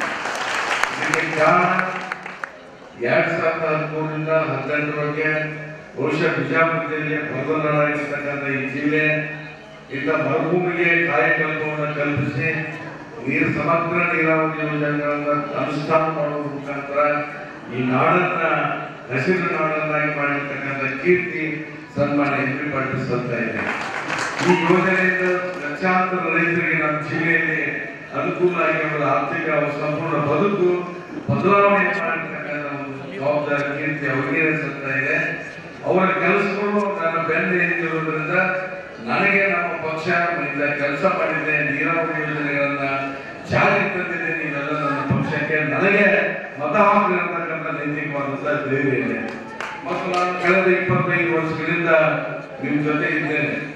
2 ಸಲ ಶಾಸಕರಾಗಿ 2 ಸಲ ಒಂದು ಅವಧಿಯಲ್ಲಿ ನಿಮ್ಮ ಜೊತೆ ಎಲ್ಲ ಒಳ್ಳೆಯ ಮತ್ತು ಕೆಟ್ಟ ಕೆಲಸಕ್ಕೆ ಒಂದು ಸಂದರ್ಭದಲ್ಲೂ ಕೂಡ ತಮ್ಮ ಜೊತೆ ಇದ್ದೇನೆ. ನಾನು ಬಹುತೇಕವಾಗಿ ಎಲ್ಲ ವಿಚಾರಗಳಿಗೆ ಸ್ಪಂದನೆ ಮಾಡಿದ್ದೇನೆ ಮತ್ತು ನನ್ನ ಅವಧಿಯಲ್ಲಿ ನಾನು ಕೈಲಾಗಿರ್ತಕ್ಕಂಥ ಎಲ್ಲ ಕೆಲಸಗಳನ್ನ ಬಹುತೇಕವಾಗಿ ಪ್ರತಿಯೊಂದು ಗ್ರಾಮಕ್ಕೂ ಕೂಡ ನಾನು ಮಾಡಿದ್ದೇನೆ. ನಾನು ಸಾಕ್ಷಿಯಾಗಿ ಇಲ್ಲಿರ್ತಕ್ಕಂಥ ಎಲ್ಲರೂ ಕೂಡ ಸಾಕ್ಷಿಯಾಗಿದ್ದೇನೆ. ಪ್ರತಿಯೊಂದು ಗ್ರಾಮದಲ್ಲಿ ಕೂಡ ನಾನು ಕೆಲಸ ಮಾಡಿದ್ದೇನೆ. ಆದ್ರೆ ಇವತ್ತು ಯಾವುದೇ ಕೆಲಸ ಮಾಡದೇ ಇರ್ತಕ್ಕಂಥ ಒಬ್ಬ ಸಂಸತ್ ಸದಸ್ಯರು ಕಳೆದ 15 ವರ್ಷದಿಂದ ಯಾವುದೇ ಗ್ರಾಮಕ್ಕೆ ಒಳ್ಳೆ ವಿಚಾರಕ್ಕಾಗಲಿ ಮತ್ತೊಂದು ವಿಚಾರಕ್ಕಾಗಲಿ ಯಾವುದೇ ಗ್ರಾಮಕ್ಕೂ ಹೋಗದೆ ಒಬ್ಬ ಲೋಕಸಭಾ ಸದಸ್ಯರು ಮತ್ತು ವಿಶೇಷವಾಗಿ ನಮ್ಮ ಜಿಲ್ಲೆಯ ಜ್ವಲಂತ ಸಮಸ್ಯೆಗಳ ಬಗ್ಗೆ ಅದು ನೀರಾವರಿ ಸಮಸ್ಯೆ ಆಗಿರ್ಬೋದು, ರೈತರ ಸಮಸ್ಯೆ ಆಗಿರ್ಬೋದು, ಯುವ ಜನಾಂಗದ ಸಮಸ್ಯೆ ಆಗಿರ್ಬೋದು, ಮಹಿಳೆಯರ ಸಮಸ್ಯೆ ಆಗಿರ್ಬೋದು, ಇಲ್ಲಿಯ ಒಂದು ಪ್ರವಾಸಿ ತಾಣ ಆಗಿರ್ತಕ್ಕಂಥ ಬಿಜಾಪುರ ಜಿಲ್ಲೆಯ ಒಂದು ಪ್ರವಾಸ ಅಭಿವೃದ್ಧಿಯ ಪ್ರಶ್ನೆ ಆಗಿರ್ಬೋದು, 15 ವರ್ಷಗಳಲ್ಲಿ ಒಂದೇ ಒಂದು ಪ್ರಶ್ನೆಯನ್ನು ಮಾಡಿರ್ತಕ್ಕಂಥ ಲೋಕಸಭಾ ಸದಸ್ಯರು ಇಡೀ ಭಾರತ ದೇಶದಲ್ಲಿ ಯಾರಾದರೂ ಸನ್ಮಾನ್ಯ ಜಗದೀಶ್ ಅವರು ಬಿಜೆಪಿ ಅಂತವರಿಗೆ ಮತ್ತೊಮ್ಮೆ ನೀವು ಅವಕಾಶ ಕೊಡಬೇಕಾಗಿದೆ ಅಂತಕ್ಕಂಥದ್ದು ಯಾವ ಕಾಲಕ್ಕೂ ಕೂಡ ಯೋಚನೆ ಮಾಡಬಾರ್ದು. ಈ ಸಲ ಒಂದು ಬದಲಾವಣೆಯನ್ನ ಖಂಡಿತವಾಗಿ ಕೂಡ ನೀವು ಮಾಡಲೇಬೇಕು. ಈ ಬದಲಾವಣೆ ತರುವುದರ ಮುಖಾಂತರ ಕಾಂಗ್ರೆಸ್ ಪಕ್ಷಕ್ಕೆ ಒಂದು ಹೆಚ್ಚು ಶಕ್ತಿಯನ್ನು ಕೊಡಬೇಕು. ಇವತ್ತು ಈ ಚುನಾವಣೆ ಆಗ್ತಕ್ಕಂಥ ಮತ ನೀವು ಕಾಂಗ್ರೆಸ್ ಪಕ್ಷಕ್ಕೆ, ಜೊತೆಗೆ ಸಿದ್ದರಾಮಯ್ಯ ಸರ್ಗೆ, ಡಿ ಕೆ ಶಿವಕುಮಾರ್ ಸರ್ಗೆ, ಇಲ್ಲಿ ಸನ್ಮಾನ್ಯ MP ಪಾಟೀಲ್ ಸರ್ಗೆ, ನಮ್ಮ ಎಲ್ಲ ಮಂತ್ರಿಗಳಿಗೆ, ಶಾಸಕರಿಗೆ ತಾವು ಹಾಕ್ತಕ್ಕಂಥ ಮತ ಈ ಜಯ MP ಪಾಟೀಲ್ ಸರ್ ಜಯ ಆಗ್ತಾ ಇದೆ ಅಂತಕ್ಕಂಥ ಮಾತನ್ನ ಹೇಳಿ ಈ ಸಂದರ್ಭದಲ್ಲಿ ನನಗೆ ಮಾತನಾಡಲಿಕ್ಕೆ ಅವಕಾಶ ಕೊಟ್ಟಿದ್ದಂತ ಎಲ್ಲರಿಗೂ ವಂದಿಸಿ ಇವತ್ತು ಮತ್ತೊಮ್ಮೆ ತಮ್ಮೆಲ್ಲರೂ ಕೂಡ ಕೈ ಮುಗಿದು ಹಿರಿಯರಲ್ಲಿ ಕಾಲಿಗೆ ನಮಸ್ಕಾರ ಮಾಡಿ ಪ್ರಾರ್ಥನೆ ಮಾಡಿ ನನ್ನ ಮತ ಯಾಚನೆ ಮಾಡ್ತಾ ಇದ್ದೇನೆ. ತಾವೆಲ್ಲ ಈ 7ನೇ ತಾರೀಕಿಗೆ ನಡೀತಕ್ಕಂಥ ಚುನಾವಣೆಯಲ್ಲಿ ಹಸ್ತದ ಗುರುತಿಗೆ ಒಂದು ಐತಿಹಾಸಿಕ ಕ್ರಾಂತಿಕಾರಕ ಬದಲಾವಣೆ ಬಿಜಾಪುರದಿಂದ ಈ ಸಲ ಪ್ರಾರಂಭ ಆಗಲಿ. ಇವತ್ತು ಕಾಂಗ್ರೆಸ್ ಪಕ್ಷ ಯಶಸ್ಸನ್ನು ಕೊಡಬೇಕು ಅಂತ ಹೇಳಿ ಇವೆಲ್ಲರೂ ಕೂಡ ಪ್ರಾರ್ಥಿಸಿ ನನ್ನ ಮಾತನ್ನು ಮುಗಿಸ್ತೇನೆ. ಜೈ ಭಾರತ್, ಜೈ ಭಾರತ್. ಅದಕ್ಕೆ ಇಂಥ ಜನರ ಬಗ್ಗೆ ಯಾಕಂದ್ರೆ ಪ್ರಜ್ಞಾವಂತರು ಓಟ್ ಹಾಕೋದೇ ಬೇರೆ ಇರ್ತೈತಿ, ಓದ್ತಿದ್ದವರು ತಿಳುವಳಿಕೆ ಬಿಡೋರು ಓಟ್ ಹಾಕೋದು ಬೇರೆ ಇರ್ತೈತಿ. ಯೋಚನೆ ಮಾಡ್ತಾರೆ ಎಷ್ಟು ಅಮೂಲ್ಯವಾದ ಮತಪ್ಪ ಅಂದ್ರೆ ಬಹುಶಃ ನನಗೆ ತಿಳಿದ್ಬಿಟ್ಟಿಗೆ ಒಂದು ಗುಂಡಿನಿಂದ ಒಬ್ಬ ಕ್ಲಾಸ್ ಆಗೋದು, ತಪ್ಪದ ಇಬ್ಬರು ಕ್ಲಾಸ್ ಆಗೋದು. ಆದ್ರೆ ಒಂದು ಬ್ಯಾಲೆಟ್ ಪೇಪರ್ನಿಂದ, ಒಂದೇ ಒಂದು ಬ್ಯಾಲೆಟ್ನಿಂದ ಇಡೀ ಸರ್ಕಾರ ಗೊತ್ತೈತೆ ಅಂದ್ರೆ ಎಷ್ಟು ತಾಕತ್ ಐತಿ ಪವರ್ ಐತಿ. ಆ ಪವರ್ ಅನ್ನ, ಆ ತಾಕತ್ತನ್ನು ಉಪಯೋಗ ಮಾಡ್ಕೋಬೇಕಾಗ್ತೈತಿ. ಇದು ಓಟ್ ಹಾಕೋದು ರಾಜು ಆಲ್ಮೂರ್ಗಲ್ಲ, MP ಪಾಟೀಲ್ ಸಾಹೇಬ್ರಲ್ಲ, ಕಡಗಮಲ್ಲ. ಇದು ಆಕ್ಚುಲಿ ಓಟ್ ಯಾರಿಗಾಗಿ ಹಾಕ್ಬೋದು, ನಮಗಾಗಿ ಹಾಕ್ಬೋದು. ನಮಗಾಗಿ ಓಟ್ ಹಾಕ್ಬೇಕಾಗ್ತದೆ. ನಾವು ಓಟ್ ನಮ್ಮ ರಕ್ಷಣೆಗಾಗಿ ಇರ್ತೈತಿ. ಓಟ್ ನಮಗಾಗಿ ನಾವು ಯಾರಿಗೆ ಓಟ್ ಹಾಕಿದ್ರೆ ಒಳ್ಳೇದಾಗ್ತೈತಿ. ಮತ್ತು ಓಟ್ ಯಾಕೆ ಹಾಕಬೇಕು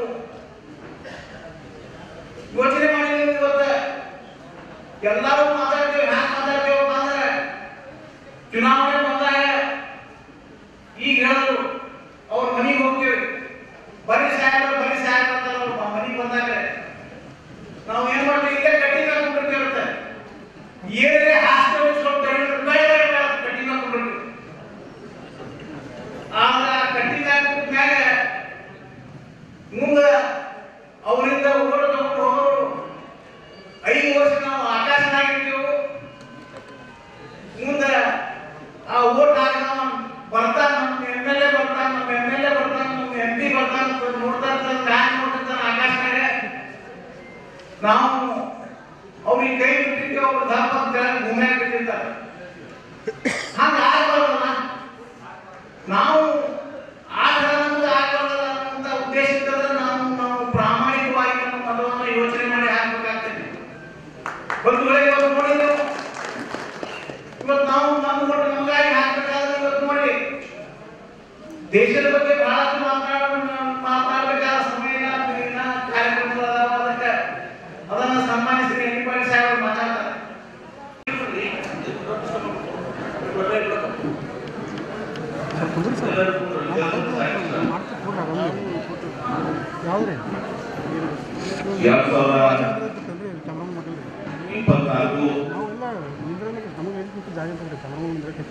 ವಿಜಯಪುರ ಲೋಕಸಭಾ ಚುನಾವಣೆ ನಮ್ಮ ಕಾಂಗ್ರೆಸ್ ಪಕ್ಷದ ಅಭ್ಯರ್ಥಿಗಳಂತ ಪ್ರೊಫೆಸರ್ ರಾಜು ಆಲ್ಮೂರ್ ಅವರ ಚುನಾವಣಾ ಪ್ರಚಾರ ಇಂದು 4ನೇ ಬ್ಲಾಕಿನ ಈ ಕಾರ್ಯಕ್ರಮದಲ್ಲಿ ವೇದಿಕೆ ಮೇಲೆ ಆಸೀನರಾಗಿರುವಂತಹ ನೂತನ ಜಿಲ್ಲಾ ಕಾಂಗ್ರೆಸ್ ಕಮಿಟಿಯ ಅಧ್ಯಕ್ಷರಾದಂಥ ಶ್ರೀ ಮಲ್ಲಿಕಾರ್ಜುನ ರೋಣಿ ಅವರೇ, ಇದೀಗ ಸುದೀರ್ಘವಾಗಿ ನಮ್ಮನ್ನು ಉದ್ದೇಶಿಸಿ ಮಾತನಾಡಿದಂಥ ನಾಲ್ಕನೇ ಭಾಗದ ಶಾಸಕರಾದಂಥ ಆತ್ಮೀಯರಂಥ ಶ್ರೀ ಕಡೆದುಕೊಂಡವರೇ, ತಮ್ಮೆಲ್ಲರಲ್ಲಿ ಮತ್ತೆ ಯಾಚನೆ ಮಾಡಿ ತಮ್ಮ ಆಶೀರ್ವಾದವನ್ನು ಕೋರಿ ಇನ್ನೊಂದು ಚುನಾವಣಾ ಪ್ರಚಾರ ಕಾರ್ಯಕ್ರಮದಲ್ಲಿ ಭಾಗವಹಿಸಲಿಕ್ಕೆ ಈ ಕಾರ್ಯಕ್ರಮದ ಕೇಂದ್ರ ಬಿಂದು ಅಭ್ಯರ್ಥಿಗಳಾದಂಥ ಲೋಕಸಭಾ ಅಭ್ಯರ್ಥಿಯಾದಂಥ ಪ್ರೊಫೆಸರ್ ರಾಜು ಅಂಗೂರ್ ಅವರೇ, ವಿಧಾನ ಪರಿಷತ್ ಸದಸ್ಯರು ಕೂಡ ಮಾತನಾಡಿ ಬಹಳ ಅರ್ಥಪೂರ್ಣವಾಗಿ ಬ್ಲಾಕ್ ಮಟ್ಟದ ಚುನಾವಣೆ ಯಾವ ರೀತಿ ಮಾಡಬೇಕು ಅನ್ನೋದನ್ನ ಬೂತ್ ಮಟ್ಟದ ಮಾಡಬೇಕು ಅಂತ ಹೇಳಿ ಸುನೀಲ್ ಪಾಟೀಲ್ ಅವರೇ, ಹಿರಿಯರಾದಂಥ ಡಿ ಎಲ್ ಚವ್ಹಾಣ್ ಅವರೇ, ಪ್ರಾಸ್ತಾವಿಕ ಮಾತುಗಳಾದಂಥ ಶ್ರೀ ಬೊರಳಿ ಎಂ ಆರ್ ಪಾಟೀಲ್ ಅವರೇ, ತಮ್ಮ ಉದ್ದೇಶಿಸಿ ಮಾತನಾಡಿದಂಥ ಸ್ಕಿಲ್ ಡೆವಲಪ್ಮೆಂಟ್ ನಿಗಮದ ಅಧ್ಯಕ್ಷರಾದಂಥ ಶ್ರೀಮತಿ ಕಾಂತಾ ನಾಯಕ್ ಅವರೇ, ಬಹಳಷ್ಟು ಸುದೀರ್ಘವಾಗಿ ಅನೇಕ ವಿಚಾರಗಳನ್ನು ತಿಳಿಸಿದ್ದಾರೆ. ಈಗ ನಾವು ಲೋಕಸಭೆ ಚುನಾವಣೆ ನಿರ್ವಹಿಸ್ತಾ ಇದ್ದೇವೆ. ಮೇ 7ನೇ ತಾರೀಕಿಗೆ ಮತದಾನ ಆಗ್ತದೆ. ನಮ್ಮ ಕಾಂಗ್ರೆಸ್ ಪಕ್ಷದ ಅಧಿಕೃತ ಅಭ್ಯರ್ಥಿಯಾಗಿ ಪ್ರೊಫೆಸರ್ ರಾಜು ಅವರನ್ನ 1ನೇ ಲಿಸ್ಟ್ನಾಗ ಪ್ರಥಮ ಹೆಸರು ಕರ್ನಾಟಕದ ಅವ್ರನ್ನೇ ಡಿಕ್ಲೇರ್ ಮಾಡೋ ಮೂಲಕ ಕಾಂಗ್ರೆಸ್ ಪಕ್ಷದ ರಾಜು ಅವರು 2 ಬಾರಿ ಶಾಸಕರಾಗಿ ಜಿಲ್ಲಾ ಕಾಂಗ್ರೆಸ್ ಕಮಿಟಿಯ ಅಧ್ಯಕ್ಷರಾಗಿ ಇವತ್ತು ಕಾಂಗ್ರೆಸ್ ಪಕ್ಷದ ಓರ್ವ ಕಟ್ಟ ಕಾರ್ಯಕರ್ತರಾಗಿ ಮುಖಂಡರಾಗಿ ಸೇವೆ ಸಲ್ಲಿಸಿದ ನಮ್ಮೆಲ್ಲರೂ ಕೂಡ ಗಮನಿಸಿದ್ದೇವೆ. ಮೊನ್ನೆ ವಿಧಾನಸಭೆ ಚುನಾವಣೆಯಲ್ಲಿ ಕೂಡ ಅವರ ಸ್ಪರ್ಧೆ ಮಾಡಬೇಕಾಗಿತ್ತು. ಅವಾಗ ನಾವು ಕಟಕೂರವ್ರನ್ನ ಮತ್ತು ಅರಗೂರವ್ರನ್ನ, ಕಾಂತಾ ನಾಯಕ್ ಅವ್ರು ಕೇಳಿದ್ರು, ಸುರೇಶ್ ಮೋಸ್ಗಿ ಕೂಡ ಕೇಳಿದ್ರು. ಇದೆಲ್ಲ ವಿಚಾರ ಮಾಡ್ಕೊಂಡು ನಾವು ಅವಾಗ ಕಟಕೂರವರು ಹೋದ ಚುನಾವಣೆಯಲ್ಲಿ ಬಹಳ ಕಡಿಮೆ ಅಂತರದಿಂದ ಸೋತಿದ್ದು. ಅವರಿಗೆ ಇವತ್ತು 4ನೇ ಮತಕ್ಷೇತ್ರದ ಅಭ್ಯರ್ಥಿ ಮಾಡಿದ ಆಶೀರ್ವಾದದಿಂದ ಅವರು ಶಾಸಕರಾಗಿ ನಮ್ಮ ಮುಂದೆ ಕೆಲಸ ಮಾಡ್ತಾ ಇದ್ದಾರೆ. ರಾಜು ಅವರಿಗೆ ಹಾಸನನೇ ಲೋಕಸಭೆ ಚುನಾವಣೆಗೆ ಇಟ್ಕೊಡ್ಬೇಕಾಗಿತ್ತು. ಅದರ ಕಾರಣ ಜೆಡಿಎಸ್ ಬಿಟ್ಟು ಕೊಟ್ಟಿರೋದ್ರಿಂದ ಮತ್ತಿನಿತ್ತು ಬೇರೆ ಕಾರಣಗಳಿಂದ ಇವತ್ತು ನಾವು ಅವರಿಗೆ ಟಿಕೆಟ್ ಅನ್ನ ಕೊಡಲಿಕ್ಕೆ ಆಗಲಿಲ್ಲ. ಜೆಡಿಎಸ್ ಬಿಟ್ಟು ಕೊಟ್ವಿ. ಈಗ ಪಕ್ಷ ತೀರ್ಮಾನ ಕೈಗೊಂಡರು. ಎಐಸಿಸಿ ಅಧ್ಯಕ್ಷ ಅಂತ ಶ್ರೀ ಮಲ್ಲಿಕಾರ್ಜುನ ಖರ್ಗೆ ಅವರು, ಕಾಂಗ್ರೆಸ್ ಪಕ್ಷದ ನಾಯಕಿಯಾದ ಶ್ರೀಮತಿ ಸೋನಿಯಾ ಗಾಂಧಿ ಅವರು, ರಾಹುಲ್ ಗಾಂಧಿ ಅವರು, ಸಿದ್ದರಾಮಯ್ಯ ಅವರು, ಡಿ ಕೆ ಶಿವಕುಮಾರ್ ಅವರು ಮತ್ತು ಉತ್ತರ ಸಚಿವರಾಗಿ ನಾನು ಮತ್ತು ಎಲ್ಲ ಶಾಸಕರು ಎಲ್ಲರೂ ಒಗ್ಗಟ್ಟಿನಿಂದ ಇವತ್ತು ಅವ್ರನ್ನ ಅಭ್ಯರ್ಥಿಯಾಗಿ ಮಾಡಿದ್ದೇವೆ. ಅವರು ಸಮರ್ಥ ಅಭ್ಯರ್ಥಿ ಇದ್ದಾರೆ. ಈಗಾಗಲೇ ಕಟಕದವರು ಮತ್ತು ಎಂ ಆರ್ ಪಾಟೀಲ್ ಹೇಳಿದರು, ಲೋಕಸಭೆಗೆ ಹೋಗಿ ನಿಮ್ಮ ಧ್ವನಿಯಾಗಿ ಕೆಲಸ ಮಾಡ್ತಾರೆ. ವಿಜಯಪುರ ಧ್ವನಿಯಾಗಿ ರಾಜು ಅವರು ಕೆಲಸ ಮಾಡ್ತಾರೆ. ಇಷ್ಟು ವಿಶ್ವಾಸವನ್ನ ನಾನು ನಿಮಗೆ ಕೊಡಲಿಕ್ಕೆ ಬಯಸ್ತೇನೆ. ವಿಧಾನಸಭೆಯಲ್ಲೂ ಶಾಸಕರಾಗಿದ್ದಾಗ ಪ್ರಶ್ನೆಗಳು ಮಾಡ್ತಾ ಇದ್ರು. ಅದೇ ರೀತಿ ಸಹ ಲೋಕಸಭೆಯಲ್ಲೂ ಕೂಡ ಒಂದು ಪಾರ್ಲಿಮೆಂಟ್ ಪ್ರಶ್ನೆ ಮಾಡಿ ನಮ್ಮ ಬಿಜಾಪುರ ಧ್ವನಿಯಾಗಿ ನಮ್ಮ ಜ್ವಲಂತ ಸಮಸ್ಯೆಗಳ ಬಗ್ಗೆ ಹೋರಾಟ ಮಾಡಲಿಕ್ಕೆ ಬಹಳಷ್ಟು ಸಮಾಜದವರು ಪ್ರೊಫೆಸರ್ ಆಗಿರ್ತವ್ರು. ನಾವೇ ಅವ್ರ ನೌಕರಿ ಬಿಡಿಸಿ ಹೊರಟ ಮಾಡ್ಕೊಂಡು ರಾಜಕೀಯಕ್ಕೆ ತಗೊಂಡ್ಬಂದ್ವಿ. ಸುಸಂಸ್ಕೃತ ಮತ್ತು ಎಲ್ಲರ ಜೊತೆಗೆ ಸಭ್ಯತೆಯಿಂದ ಇಟ್ಕೊಳ್ಳುವಂತ ರಾಜಕಾರಣಿಯವರು. ಇವತ್ತು ಹೇಳಿದ್ರೆ ಈಗಾಗಲೇ ಕಟ್ಟಕೊಂಡವರು ನಮ್ಮ ಲೋಕಸಭಾ ಸದಸ್ಯರ ಹಿರಿಯರ ದೇವರ ಆರೋಗ್ಯ ಆಯುಷ್ಯ ಕೊಡಲಿ. ಆದ ಪ್ರಶ್ನೆ ಎಷ್ಟೇ ಕೆಲಸ ಏನ್ ಮಾಡಿದಾರ ಇದು ನಮ್ಮ ಪ್ರಶ್ನೆ ಬರ್ತದೆ. ಹೇಳಿದ್ರೆ ನನ್ನ ಮುಖ ಒಂದು ದತ್ತಕ್ಕೆ ಅದೇ ಟೈಮ್ ನಮ್ಮ ಮಗ ಒಂದು ದತ್ತಕ್ಕೆ ತಗೊಂಡು ಸಿದ್ಧಾಪುರ ಕೇಸಿದ್ದಾಪುರ ನಮ್ಮ ಕ್ಷೇತ್ರದ ಒಂಥರ ಮೀಡಿಯಾದಲ್ಲಿ ಹೋದ್ರು. ಏನು ಲೋಕಸಭಾ ಸದಸ್ಯರು ಏನು ದತ್ತಕ್ಕೆ ತಗೊಂಡಿದ್ದು, ನಮ್ಮ ಮಗ ಕೂಡ ಏನು ದತ್ತಕ್ಕೆ ತಗೊಂಡಂತ ಸಿದ್ದಾಪುರ ಕೇಗಳನ್ನು ನೋಡ್ಕೊಂಡು ಅಲ್ಲೆಲ್ಲ ಮನೆಯವರಿಗೆ ನಳ ಕಾಂಕ್ರೀಟ್ ರಸ್ತೆ ಎಲ್ಲರೂ ಮಾಡಿಕೊಟ್ಟಿದ್ರು. ಮಗನಾಪುರ ಹೋದ್ರೆ ಏನಿಲ್ಲ.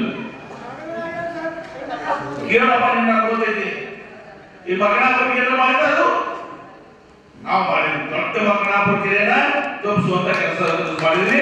ನಿನ್ನ ಆಸೆಗಳನ್ನ ಹಾಗೆ ಏನೋ ಬರೋಣ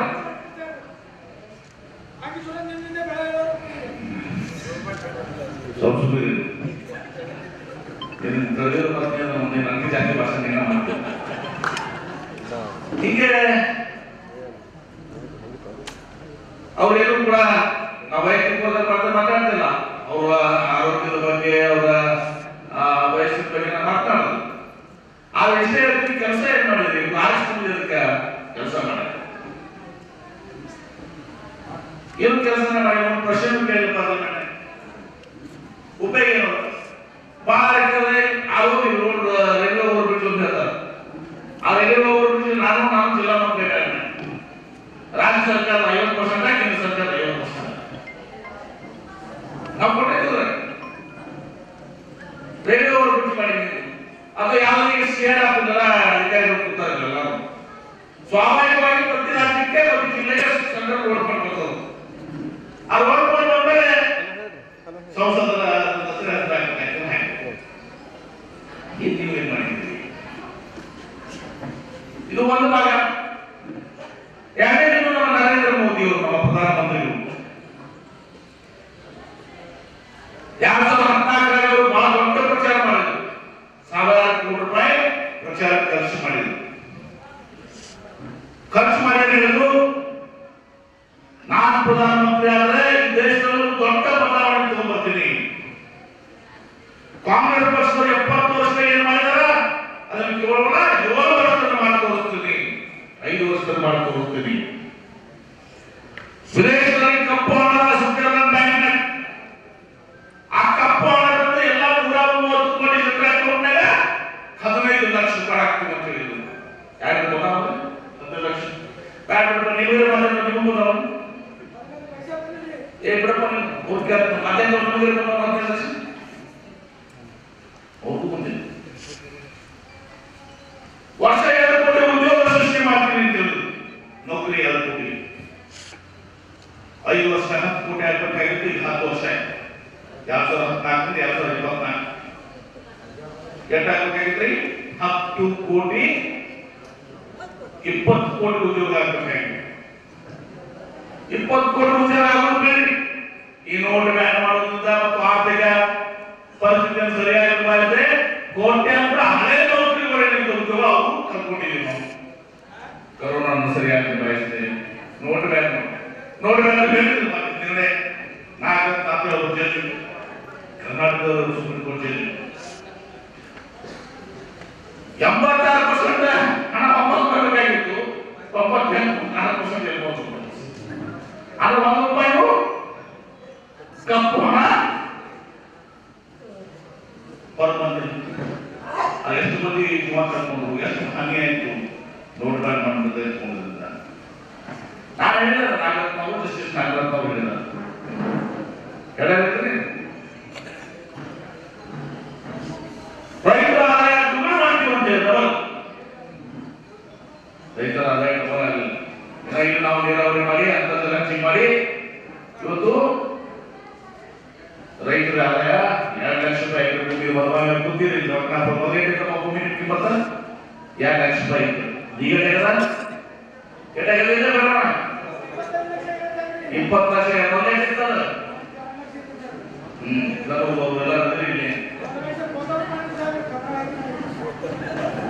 ಒಳ್ಳೆ ಕೆಲಸ ಮಾಡಿ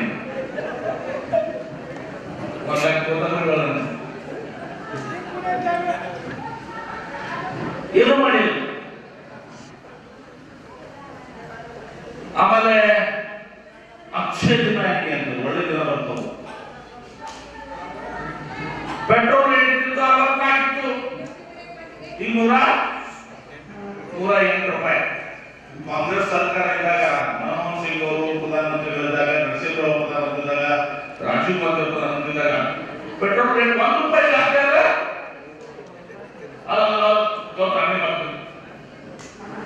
ಆಮೇಲೆ ಗ್ಯಾಸ್ ಸಿಲಿಂಡರ್ 400 ರೂಪಾಯಿ ಇತ್ತು.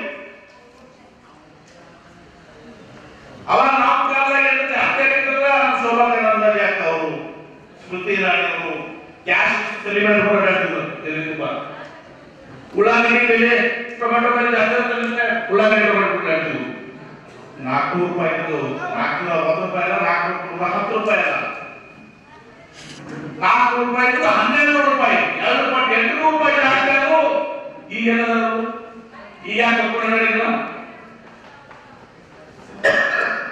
ಅಕ್ಷಯದಿಂದ ಬಂದಿಲ್ಲ ಜಿಎಸ್ಟಿ ಸುನೀಲ್ ಗೌಡ ಹೇಳಿದ್ರು ಬರೀ ಎಣ್ಣೆ ಹಾಕ್ತೀನಿ ಹಾಲ ಮೊಸರ ಏನೇನು ಪಾಕೆಟ್ ಹಾಕ್ತೀರಿ ಎಲ್ಲಕ್ಕೂ ಜಿಎಸ್ಟಿ ಇದೆ ಚುರುಮುರಿ ಚಿಲ್ಲರೆ ಹಾಕಿ ಚುರುಮುರಿ ಜಿಎಸ್ಟಿ ಇರ್ತಾರೆ ಉಪ್ಪ ಎಲ್ಲ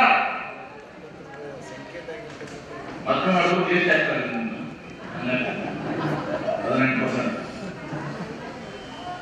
ಎಲ್ಲರೂ ಜಿಎಸ್ಟಿ ಆಮೇಲೆ ನೀವು ವಿಚಾರ ಮಾಡಿ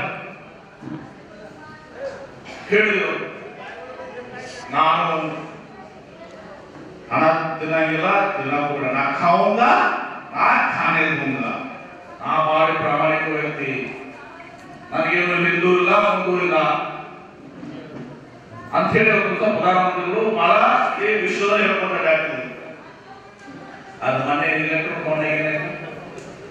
ಇಲೆಕ್ಟ್ರಲ್ ಬಾಂಡ್ನಾಗ ಯಾರ ಸಿಬಿಐ ಇಡಿ ಇನ್ಕಮ್ ಟ್ಯಾಕ್ಸ್ ಏನ್ ಮಾಡಲ್ಲ ಅವರೆಲ್ಲ ಹೋಗಿ ಇಲೆಕ್ಟ್ರಲ್ ಬಾಂಡ್ ತಿಂದಿದ್ದಾರೆ ಆದ್ಮೇಲೆ ಇನ್ಕಮ್ ಟ್ಯಾಕ್ಸ್ ರೇಡ್ ಆದ್ಮೇಲೆ ಇಡಿ ರೇಡ್ ಆದ್ಮೇಲೆ ಸಿಬಿ ರೇಡ್ ಆದ್ಮೇಲೆ ಹೋಗಿ ಅಲ್ಲಿ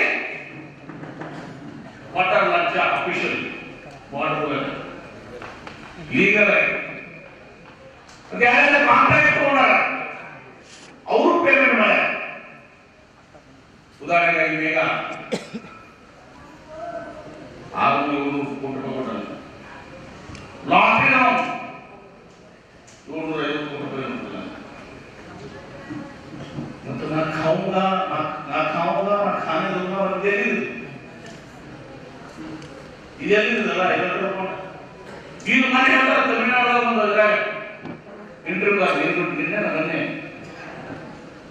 ನಿಮ್ಗೆ ಎಲೆಕ್ಟ್ರಲ್ ಬಾಂಡ್ ಸ್ವಲ್ಪ ಮಜಬೂರ ಆಗ್ಬಿಡ್ಬೇಕಾಗ್ತದ ಪತ್ರ ಕೇಳ್ತಾರೆ ಮಜಬೂರ ಏನಾಗಿಲ್ಲ ನಾನೇ ಒಂದು ಎಲೆಕ್ಟ್ರಲ್ ಬಾಂಡ್ ನಾವು ಮೊದಲ ಎಲ್ಲರೂ 2 ನಂಬರ್ ಕೊಟ್ಟು ಇದೇ ನಂಬರ್ ನಾನೇ ಕೊಟ್ಟಾಗಲ್ಲ ಹೆಸರುಗಳು ಎಲ್ಲರಿಗೆಲ್ಲ ಗೊತ್ತಾಗ್ತದೆ ಹೆಸರುಗಳು ಕೊಟ್ಟಿರಲಿಲ್ಲ ಸುಪ್ರೀಂ ಕೋರ್ಟ್ ಮುಖ್ಯ ನ್ಯಾಯಾಧೀಶರು SBI state bank of India ತಾಕೀತು ಮಾಡಿ ಅದು ಪದೇ ಪದೇ ತಾಕೀತು ಮಾಡಿ ಈ ರೀತಿಯ ಕೊಟ್ಟರು ಇದೆಲ್ಲ ಹೆಸರು ಕೂಡ ತಯಾರಿಸಿಲ್ಲ ಇನ್ನೊಂದು ಕಡೆ ಓದೋರು ಇನ್ಶೂರೆನ್ಸ್ ನಾನೇ ಕೊಡ್ಸಿದ್ದೀನಿ ಹೀಗಾಗಿ ಈ ಬಂಡವಾಳ ಮೇಲೆ ಅದೇ ನಾವು ಕಾಂಗ್ರೆಸ್ ಪಕ್ಷ 2013 2012 ನಾವು ಅನ್ನ ಭಾಗ್ಯ ಅಕ್ಷರ ಭಾಗ್ಯ ಕೃಷಿ ಭಾಗ್ಯ ಇವರೆಲ್ಲ ಏನ್ ತೊಂದಿರಲಿಲ್ಲ ನಾವು 2012 ಚೆನ್ನಾಗಿ ನಾವು ಕೃಷಿ ಭಾಗದಾಗ ಸ್ಪ್ರಿಂಕ್ಲರ್ ಕೊಡ್ತಿದ್ವಿ ಡ್ರಿಪ್ ಕೊಡ್ತಿದ್ವಿ ಕೃಷಿ ಹೊಂಡ ಕೊಡ್ತಿದ್ವಿ ಕಳೆದ 4 ವರ್ಷ ಯಾವ ಕೃಷಿ ಹೊಂಡ ಕೊಟ್ಟಿಲ್ಲ ಒಂದರ ಕೃಷಿ ಹೊಂಡ ಒಂದನೇ ಸ್ಪ್ರಿಂಕ್ಲರ್ ಒಂದನೇ ಡ್ರಿಪ್ ಇನ್ನು 165 158 ವರ್ಷದಲ್ಲಿ ನಡೆಸಿದ್ವಿ ನಾವು 7 ಮಾತ್ರ ಬಾಕಿ ಆ ಬಿಟ್ಟು ಬಂದು 30 ವರ್ಷದಲ್ಲಿ ನಡೆಸಿದ್ವಿ 188 ವರ್ಷದಲ್ಲಿ ನಡೆಸಿದ್ವಿ ಅನ್ನ ಭಾಗ್ಯ ಕ್ಷೀರ ಭಾಗ್ಯ ಕೃಷಿ ಭಾಗ್ಯ SC ಜನಾಂಗಕ್ಕೆ ಔಷಧಿ ಅನುಗುಣವಾಗಿ ಕಾನೂನು ತಂದು 24% ಸ್ವಲ್ಪ ತಿಂಗಳಾಗಿ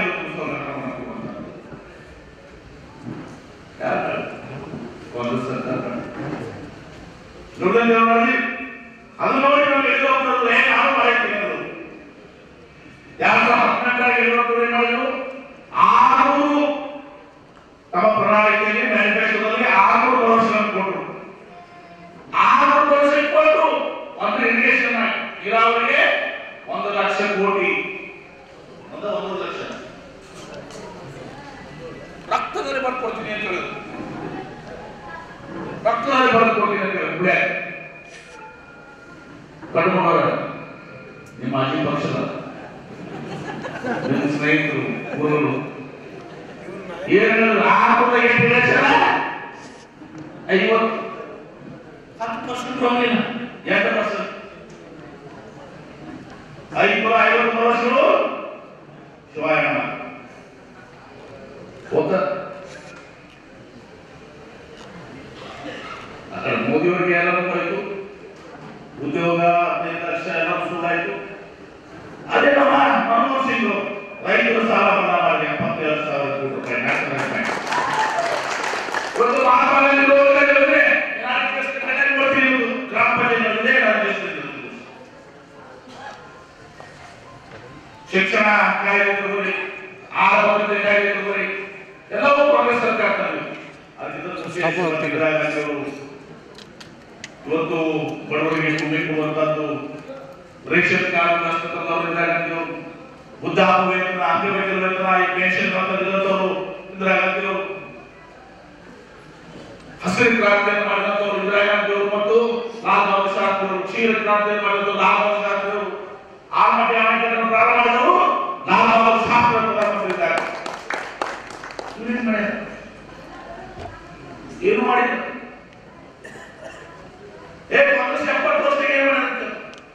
ಇವತ್ತು ಒಂದು ಸೂಜಿ ನಾವು ಉತ್ಪಾದನೆ ಮಾಡ್ತೇವೆ, ಬ್ರಿಟಿಷರು ಬಿಟ್ಟು ಸೂಜಿ. ಇವತ್ತು ಜವಾಹರಲಾಲ್ ನೆಹರು ಅವರು ನಮ್ಮ ರಾಜ್ಯದಲ್ಲಿ ತಗೊಂಡ್ರಿ, HAL ತಗೊಂಡ್ರಿ, ಹಿಂದೂಸ್ತಾನ್ ಏರೋನಾಟಿಕ್ಸ್ ಲಿಮಿಟೆಡ್ ವಿಮಾನ ತಯಾರು ಮಾಡುವಂಥದ್ದು, BHEL Bharat heavy electrics limited, BEL Bharat electronics limited, HFT Hindustan machine tools, ISRO ಇವತ್ತು ಚಂದ್ರಯಾನ ಒಂದು ಇಡೀ ಜಗತ್ತಿನಲ್ಲಿ ನಾವು ಪ್ರಖ್ಯಾತ ಬಂದಿರೋದು ಎಷ್ಟೋ ಸಂಸ್ಥೆ ಬಂದಿಲ್ಲ. ಈಗ ಏನು ಮಾಡ್ತಾರೆ ನರೇಂದ್ರ ಮೋದಿ ಅವರು ಅವರೆಲ್ಲ ಮಾರಾಟ ಮಾಡ್ತಾರೆ. ಹೋಯ್ತಲ್ಲಿ BSNL ಮಾರಾಟ ಹೋಗಿ 70,000 ಮಂದಿ ಎಂಪ್ಲಾಯೀಸ್ ಇದ್ದರು.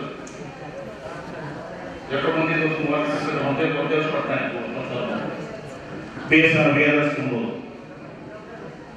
ಇನ್ನು ರೈಲ್ವೆ ಸ್ಟೇಟ್ಮೆಂಟ್ ಕೊಟ್ಟಾರ, ರೈಲ್ವೆನೂ ಕೂಡ ನಾವು ಪ್ರಾರಂಭ ಮಾಡ್ತೀವಿ ಅಂತ. ಏರ್ಪೋರ್ಟ್ ಹೋಗುದು ಈಗೆಲ್ಲ ಮಾರಾಟ ಮಾಡಿ ಸೃಷ್ಟಿ ಮಾಡಿಲ್ಲ.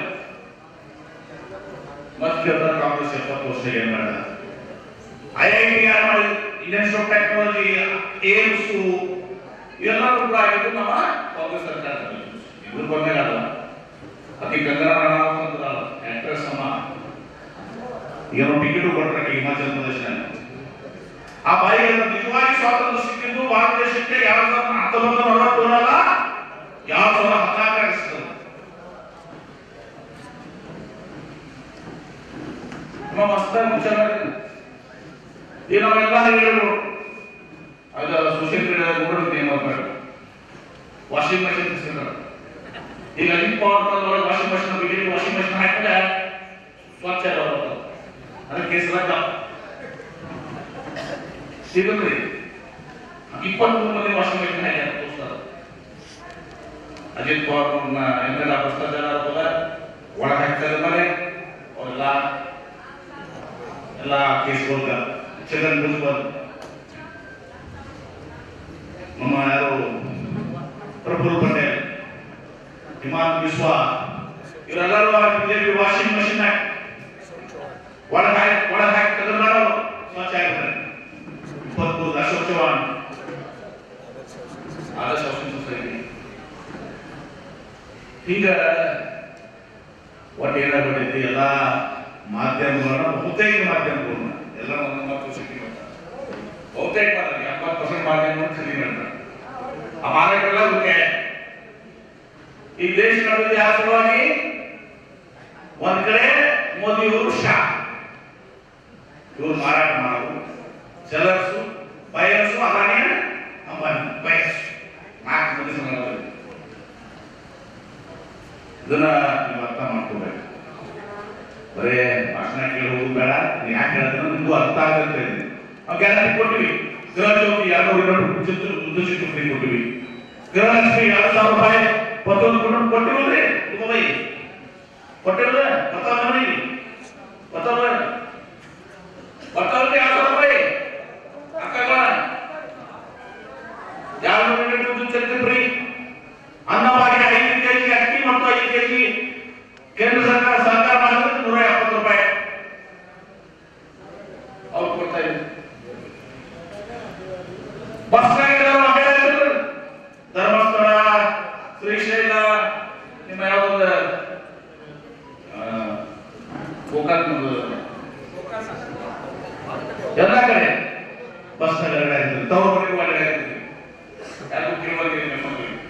ನಮಗೆ ಸ್ವಲ್ಪ ತ್ರಾಸ ಆಗ್ಯದ, ಎಲ್ಲ ಮಹಿಳೆಯರಿಗೆ ಆಗ್ಯದ.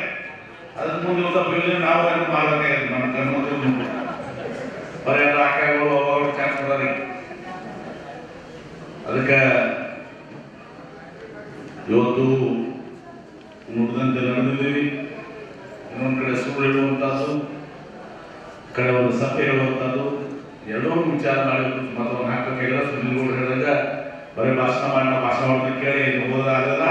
ನಿಮ್ಮ ಬೂತ್ನ ಇಲ್ಲ, ನಿಮ್ಗೆ ಲೀಡ್ ಕೊಡಬೇಕು. ಪ್ರತಿ ಬೂತಿಗೆ ನಮ್ಮ ಕಡೆ ನೋಡೋರು ಸ್ವಲ್ಪ ಎಕ್ಸ್ಪೀರಿಯನ್ಸ್ ಅದಲ್ಲ, ಪಾಸ್ಟ್ ಎಕ್ಸ್ಪೀರಿಯನ್ಸ್. ಏಕ್ ಬೂತ್ ಒಂದು ಬೂತ್ 10 ಯೂತ್ ಟ್ರೈನಿಂಗ್ ಅದಲ್ಲ.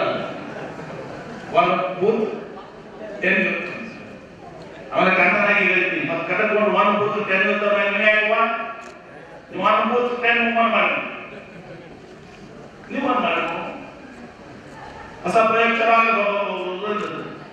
ಮುಂದೆ ಆಲ್ರೆಡಿ ಮಾಡೋದು ಕೊಡೋಣ. ಅವರು ಕಟ್ಟಕೊಂಡೋದು ನೀವು ಶ್ರೀದೇವಿ ಎಲ್ಲ ಕಂಪನಿ ಒಂದು ಬುದ್ಧಿ ಹಾಕಿ ಬರೀ ಹೇಳೋಬೇಡಿ. ಇಂದಾಗ ಮಾಸ್ಟರ್ ನೋಡ್ತು ನಾವು ಕಲಿತದ ಸುಳ್ಳು ಕಸ್ತು ಮಾಡಿಲ್ಲ. ನಾವು ಬಿಡ್ಬೋದು ಅವ್ರ ಮನೆಗೆ. ನಮ್ಮ ಅಧ್ಯಕ್ಷರ ನಾವು ಮಾಡಿದ್ವಿ. ಇಲೆಕ್ಷನ್ ಮುಗಿದಾಗ ಎಲ್ಲರೂ ಕಳಿಸಿ ಬಾಳೆ ಪ್ರಕಾರ ಯಾವ ಊರಿನಾಗ ಯಾವ ಊರಾಗ ಕಟ್ಟಿಗೆ ಬಿಟ್ಟಿಲ್ಲ. ಮತ್ತೆ ಈಗ ಬಿಟ್ಟಿವು ಕೆಲಸಕ್ಕೆ ಬರ್ತಾರಲ್ಲ, 5 ರೂಪಾಯಿ ಭಾಷಣ ಆಗೋದು, ಭಾಷಣ ಗೊತ್ತಿಲ್ಲ.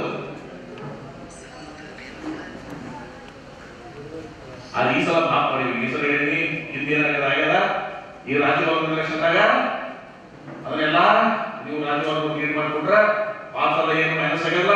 ಅದು ಮಾತಾಡ್ತೀವಿ ಹೊಸ ನಾವು MP ಮಾಡೋದು ಹಾಕಿದಾಗ ಅಂತೇಳಿ ನಮ್ಮ ಅಧ್ಯಕ್ಷರು ನಾವು ಟಾರ್ಗೆಟ್ ಕೊಡ್ತೀವಿ. ಅದಕ್ಕೆ ವಿನಂತಿ ಮಾಡ್ಕೊತೀನಿ, ಬೂತ್ ವೈಸ್ ಕೆಲಸ ಮಾಡಿ ಸುಮ್ಮನೆ ಇದು ಮಾಡೋದು ರೆಕಾರ್ಡು ಆಗಬೇಕು. ಇದು ಮಾಡ್ಕೊಂಡು ಕಾಂಗ್ರೆಸ್ ಕೊಟ್ಟು ಹಾಕಿ ಹಾಕ್ತೀವಿ, ಹಾಕ್ತಾ ಹೋಗುದು. ಅದರ ಅವ್ರನ್ನ ರೆಕಾರ್ಡ್ ಮಾಡಿಸ್ತೀವಿ. ನಮ್ಮ ಸಹ ಸಾಲಿಡ್ ಓಟ್ ನಮ್ಮದು ಶಕ್ತಿ ಇರೋದು ಸಹ ಅವ್ರಿಗೆ 100 ಓಟ್ ಹಾಕ್ಸ್ಕೊಂಡು ಮಾಡೋದು. ಅದರಲ್ಲಿ ಉತ್ತರದಲ್ಲಿನ ವರ್ಗ ಹಾಲ್ವ ಸಮಾಜದಲ್ಲಿ ತೊಂದರೆ ಇಲ್ಲ. ಈಶ್ವರಪ್ಪ ಇದ್ದ ಅವನು ಕಡೆ ಆಗಿದೆ. ಇನ್ನೇನು ಹೇಳೋದು, ಒಂದು 10-20% ಈಶ್ವರಪ್ಪ ಹಾಕಿದ್ರೆ ಹಾಲ್ವ ಸಮಾಜಗಳು ಏಕ, ಮುಸಲ್ಮಾನರು ಏಕ, ದಲಿತರು ಏಕ, ಹಾಲ್ಮತ ಏಕ, ಮತ್ತು ಲಂಬಾಣಿ ಸಮಾಜ. ನಿಮ್ಗೆ ಓಟೇ ಬೇಡ, ಬ್ಯಾಡ ಓಟ್ ಹಾಕ್ತೀರ. ನಿಮ್ ಓಟ್ ಬೇಡ, ನಿಂಗಾರ ನಾಳೆ ಓಟ್ ಹಾಕಿಲ್ಲ, ನಿಂಗಾರ ಹಾಕಿದ್ರು ಬೇಡ ಬೇಕಲ್ಲ. ಅದು ಲಂಬಾಣಿ ಸಮಾಜ ಏಕ. ಮಲ್ಲಿಕಾರ್ಜುನ ಅವ್ರು ಹೇಳಿದ್ರಿಗೆ ಯಾಕಂದ್ರೆ ಅವ್ರ ಮಂದಿ ಸ್ವಲ್ಪ ಬರುವ ಐತದೆ ಗೊತ್ತೈತಲ್ಲ. ಹೌದು, ಅದಕ್ಕೆ 50% ಮಾಡಿದ್ರೆ ಮಲ್ಲಿಕಾರ್ಜುನ ನಾವು 40% ಅಂತ ಇನ್ನೊಂದು ಅದೇ ಮಲ್ಲಿಕಾರ್ಜುನ 50% ರೇಟ್ ಮಾಡ್ಕೊಂಡ. ನೀವು 50% ಮಾಡಿ ನಾವು 2 ಲಕ್ಷ ಕೂಡಿಸ್ತಾ ದುಡಿಬೇಕು. ಬೂತ್ ವೈಸ್ ಮನೆ ಮನೆಗೆ ಹೋಗಿ ಓಟ್ಕೊಂಡು ಹಾಕ್ಸ್ಬೇಕು. ನಿಮ್ಮ ಸಂಬಂಧಿಕರು ಊರವರು ನಿಮ್ಮ ಬೂತ್ನಾಗ ನನ್ನ ಮತ ಹಾಕಿಸಿ ರಾಜ್ಯವಾದವರು ಆಶೀರ್ವಾದ ಮಾಡಬೇಕು ಅಂತ ಪ್ರಾರ್ಥನೆ ಮಾಡಿ 4ನೇ ತಾರೀಕಿಗೆ ಹಸ್ತದ ಗುರುತು ಕೈ ಗುರುತಿಗೆ